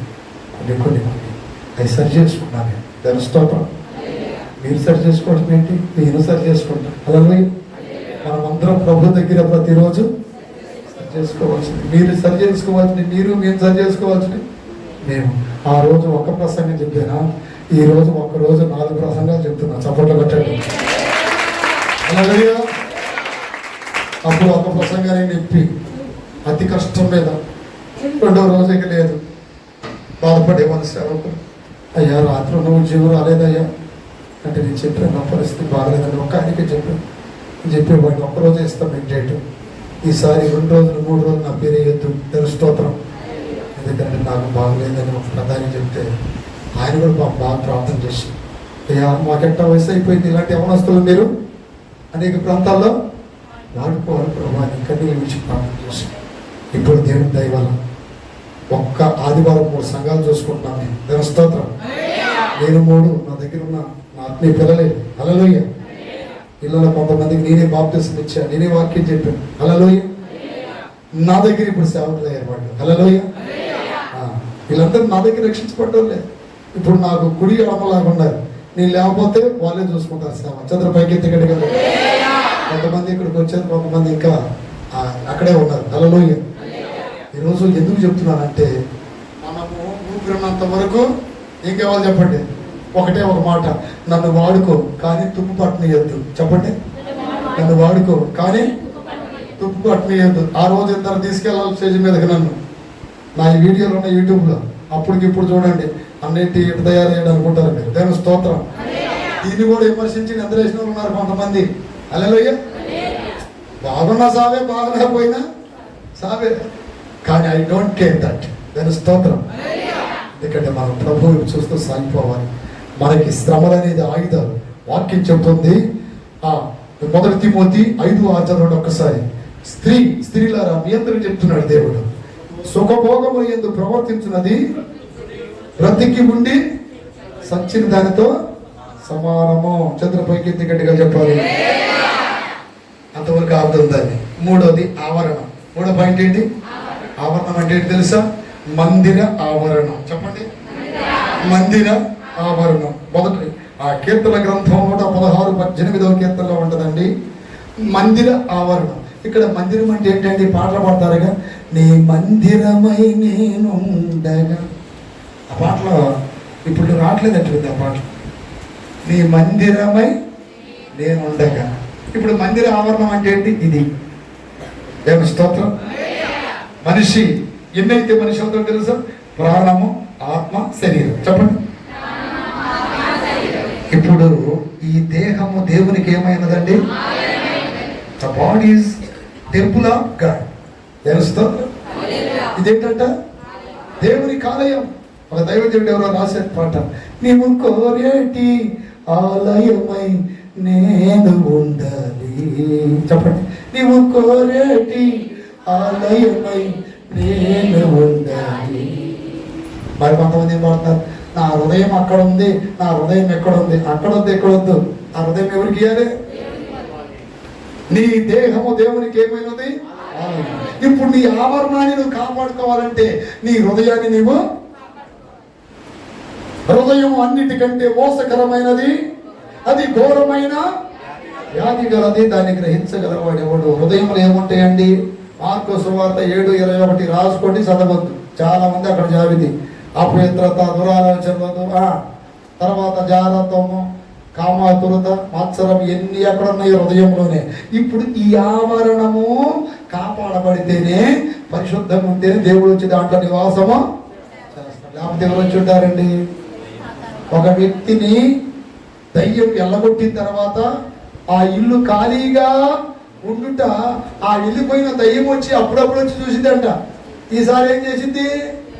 దానికంటే చెడ్డమైన 7 దయ్యాలు తీసుకొచ్చి, అబ్బో ఎంతో శుభ్రంగా ఉంది ఆలయం అని వచ్చి దాంట్లో నివాసం చేసింది. మొదటిసారి పట్టిన దయ్యాన్ని దైవజనుడు తేలిగ్గా ఎలగొట్టాడు. ఈసారి ఎన్ని వచ్చినాయి? 1 + 7 ఎంత? 8. ఈసారి ఎంత? కాస్త బలం పెరిగినట్ట కాదా? హల్లెలూయా. అందుకని హృదయములో దేవుని ఆత్మ ఉండాలి. స్తోత్రం. నీ ఆవరణం అంటే నీ హృదయాన్ని కాపాడుకోవాలి, నీ హృదయాన్ని కాపాడుకోవాలి, నీ మనస్సును కాపాడుకోవాలి. నా ప్రియ బిడ్డలారా, మనస్సు అనేది మనిషికి రాజధాని లాంటిది. That is capital city in our body. దేవుని స్తోత్రం. క్యాపిటల్ సిటీ అంటే ఏంటి? రాజధాని. రాజధాని శత్రు స్వాధీనం అయితే రాజ్యం అంతా స్వాధీనం అయిపోతే. ఎందుకని? ప్రతిదీ కూడా ఎక్కడ ఉంటుంది? కోర్టు ఎక్కడ ఉంటుంది? రాజధాని. ఆయుధాలన్నీ ఎక్కడ ఉంటాయి? దేశం యొక్క రహస్యాలకు సంబంధించిన ఆఫీసులన్నీ ఎక్కడ ఉంటాయి? రాజధాని స్వాధీనమైనప్పుడు రాజ్యములు అన్ని స్వాధీనం అవుతాయి. అలాగే రాజధాని అనబడుతున్న ఈ మనసు స్వాధీనం అయితే, ఈ హృదయం స్వాధీనం అయితే మనిషే స్వాధీనం అయిపోతాడు. అర్థమైందా? కళ్ళు చూసిన చోటకి మనసు వెళ్ళకూడదు, మనసు వెళ్ళిన చోటకి మనిషి వెళ్ళకూడదు. చెప్పండి. కళ్ళు చూసిన చోటకి మనసు పీగుతుందండి, మనసు లాగేస్తుందండి. స్తోత్రం. మనసు లాగేస్తుందండి, పీగేస్తుందని అంటారు. కళ్ళు చూసిన వాటి దగ్గరికి ఏమి వెళ్ళకూడదు? మనసు వెళ్ళిన కాడికి ఏమి వెళ్ళకూడదు? మనసు వెళ్తే ఏమైంది? సంవత్సరం గది పట్టింది. స్తోత్రం. కళ్ళతో చూశాడు, ఫిలిస్తీన్ కుమార్తెను చూశాడు, అమ్మ నాకు ఆ అమ్మాయిని వచ్చింది అన్నాడు. దిలీలాను చూశాను, అందరూ చూశాను. కళ్ళతో ఏం చేశాడు? ఈ రోజున టీవీలు చూసి, సీరియల్ చూసి, సినిమాలు చూసి నీ స్టైల్ మారింది, నీ రంగు మారింది. హల్లెలూయా. అన్నీ మారిపోయినాయి. ఇప్పుడు ఆత్మీయ కళ లేదు, జీవ కళ లేదు. ఏ కళ కనపడుతుంది? సత్య కళ కనపడుతుంది. దేవుని స్తోత్రం. హల్లెలూయా. ఏ కళ కనపడుతుంది? చెప్పండి అండి. ఎంత కాకి అప్పుడైతే పెట్టారా, అది ఎంత తెల్లని రంగు వేసుకున్నా వర్షం వచ్చినప్పుడు ఏమవుతుంది? ఆ వర్షం పడితే దాని నలుగు. ఇప్పుడు నువ్వు ఎంత యాసం వేసుకుని మందిరంలోకి వచ్చినా, అర్థమైన శ్రమలో శోధనలు వచ్చినప్పుడు నీ లోపాలన్నీ బయటికి వచ్చేస్తాయి. అందుకని దావీదు అంటాడు, నీవు అంతరంగంలో సత్యమును కోరుతున్నావు. ఏం కోరుతున్నాడు? అంతరంగంలో, పైన కాదు. మనుషులు పై వేషాలు చూస్తున్నారు, దేవుడు అంతరంగాన్ని చూస్తున్నాడు. దేవుని స్తోత్రం కలగాలి. ఆభరణమును కాపాడుకోవాలి. ఒకటి బలవంతులు అవ్వాలి, రెండోది ఆయుధములను ధరించాలి. ఆయుధములు ధరించుకోవాలి. నీతి అనే ఆయుధం, శ్రమ అనే ఆయుధం, ఆత్మ సంబంధమైన యుద్ధోపకరణములు అనే ఆయుధాలు, సర్వంగ కవచమైన ఆయుధాలు ధరించుకొని మన ఆవరణాన్ని మనం కాపాడుకోవాలి. దేవుని స్తోత్రం.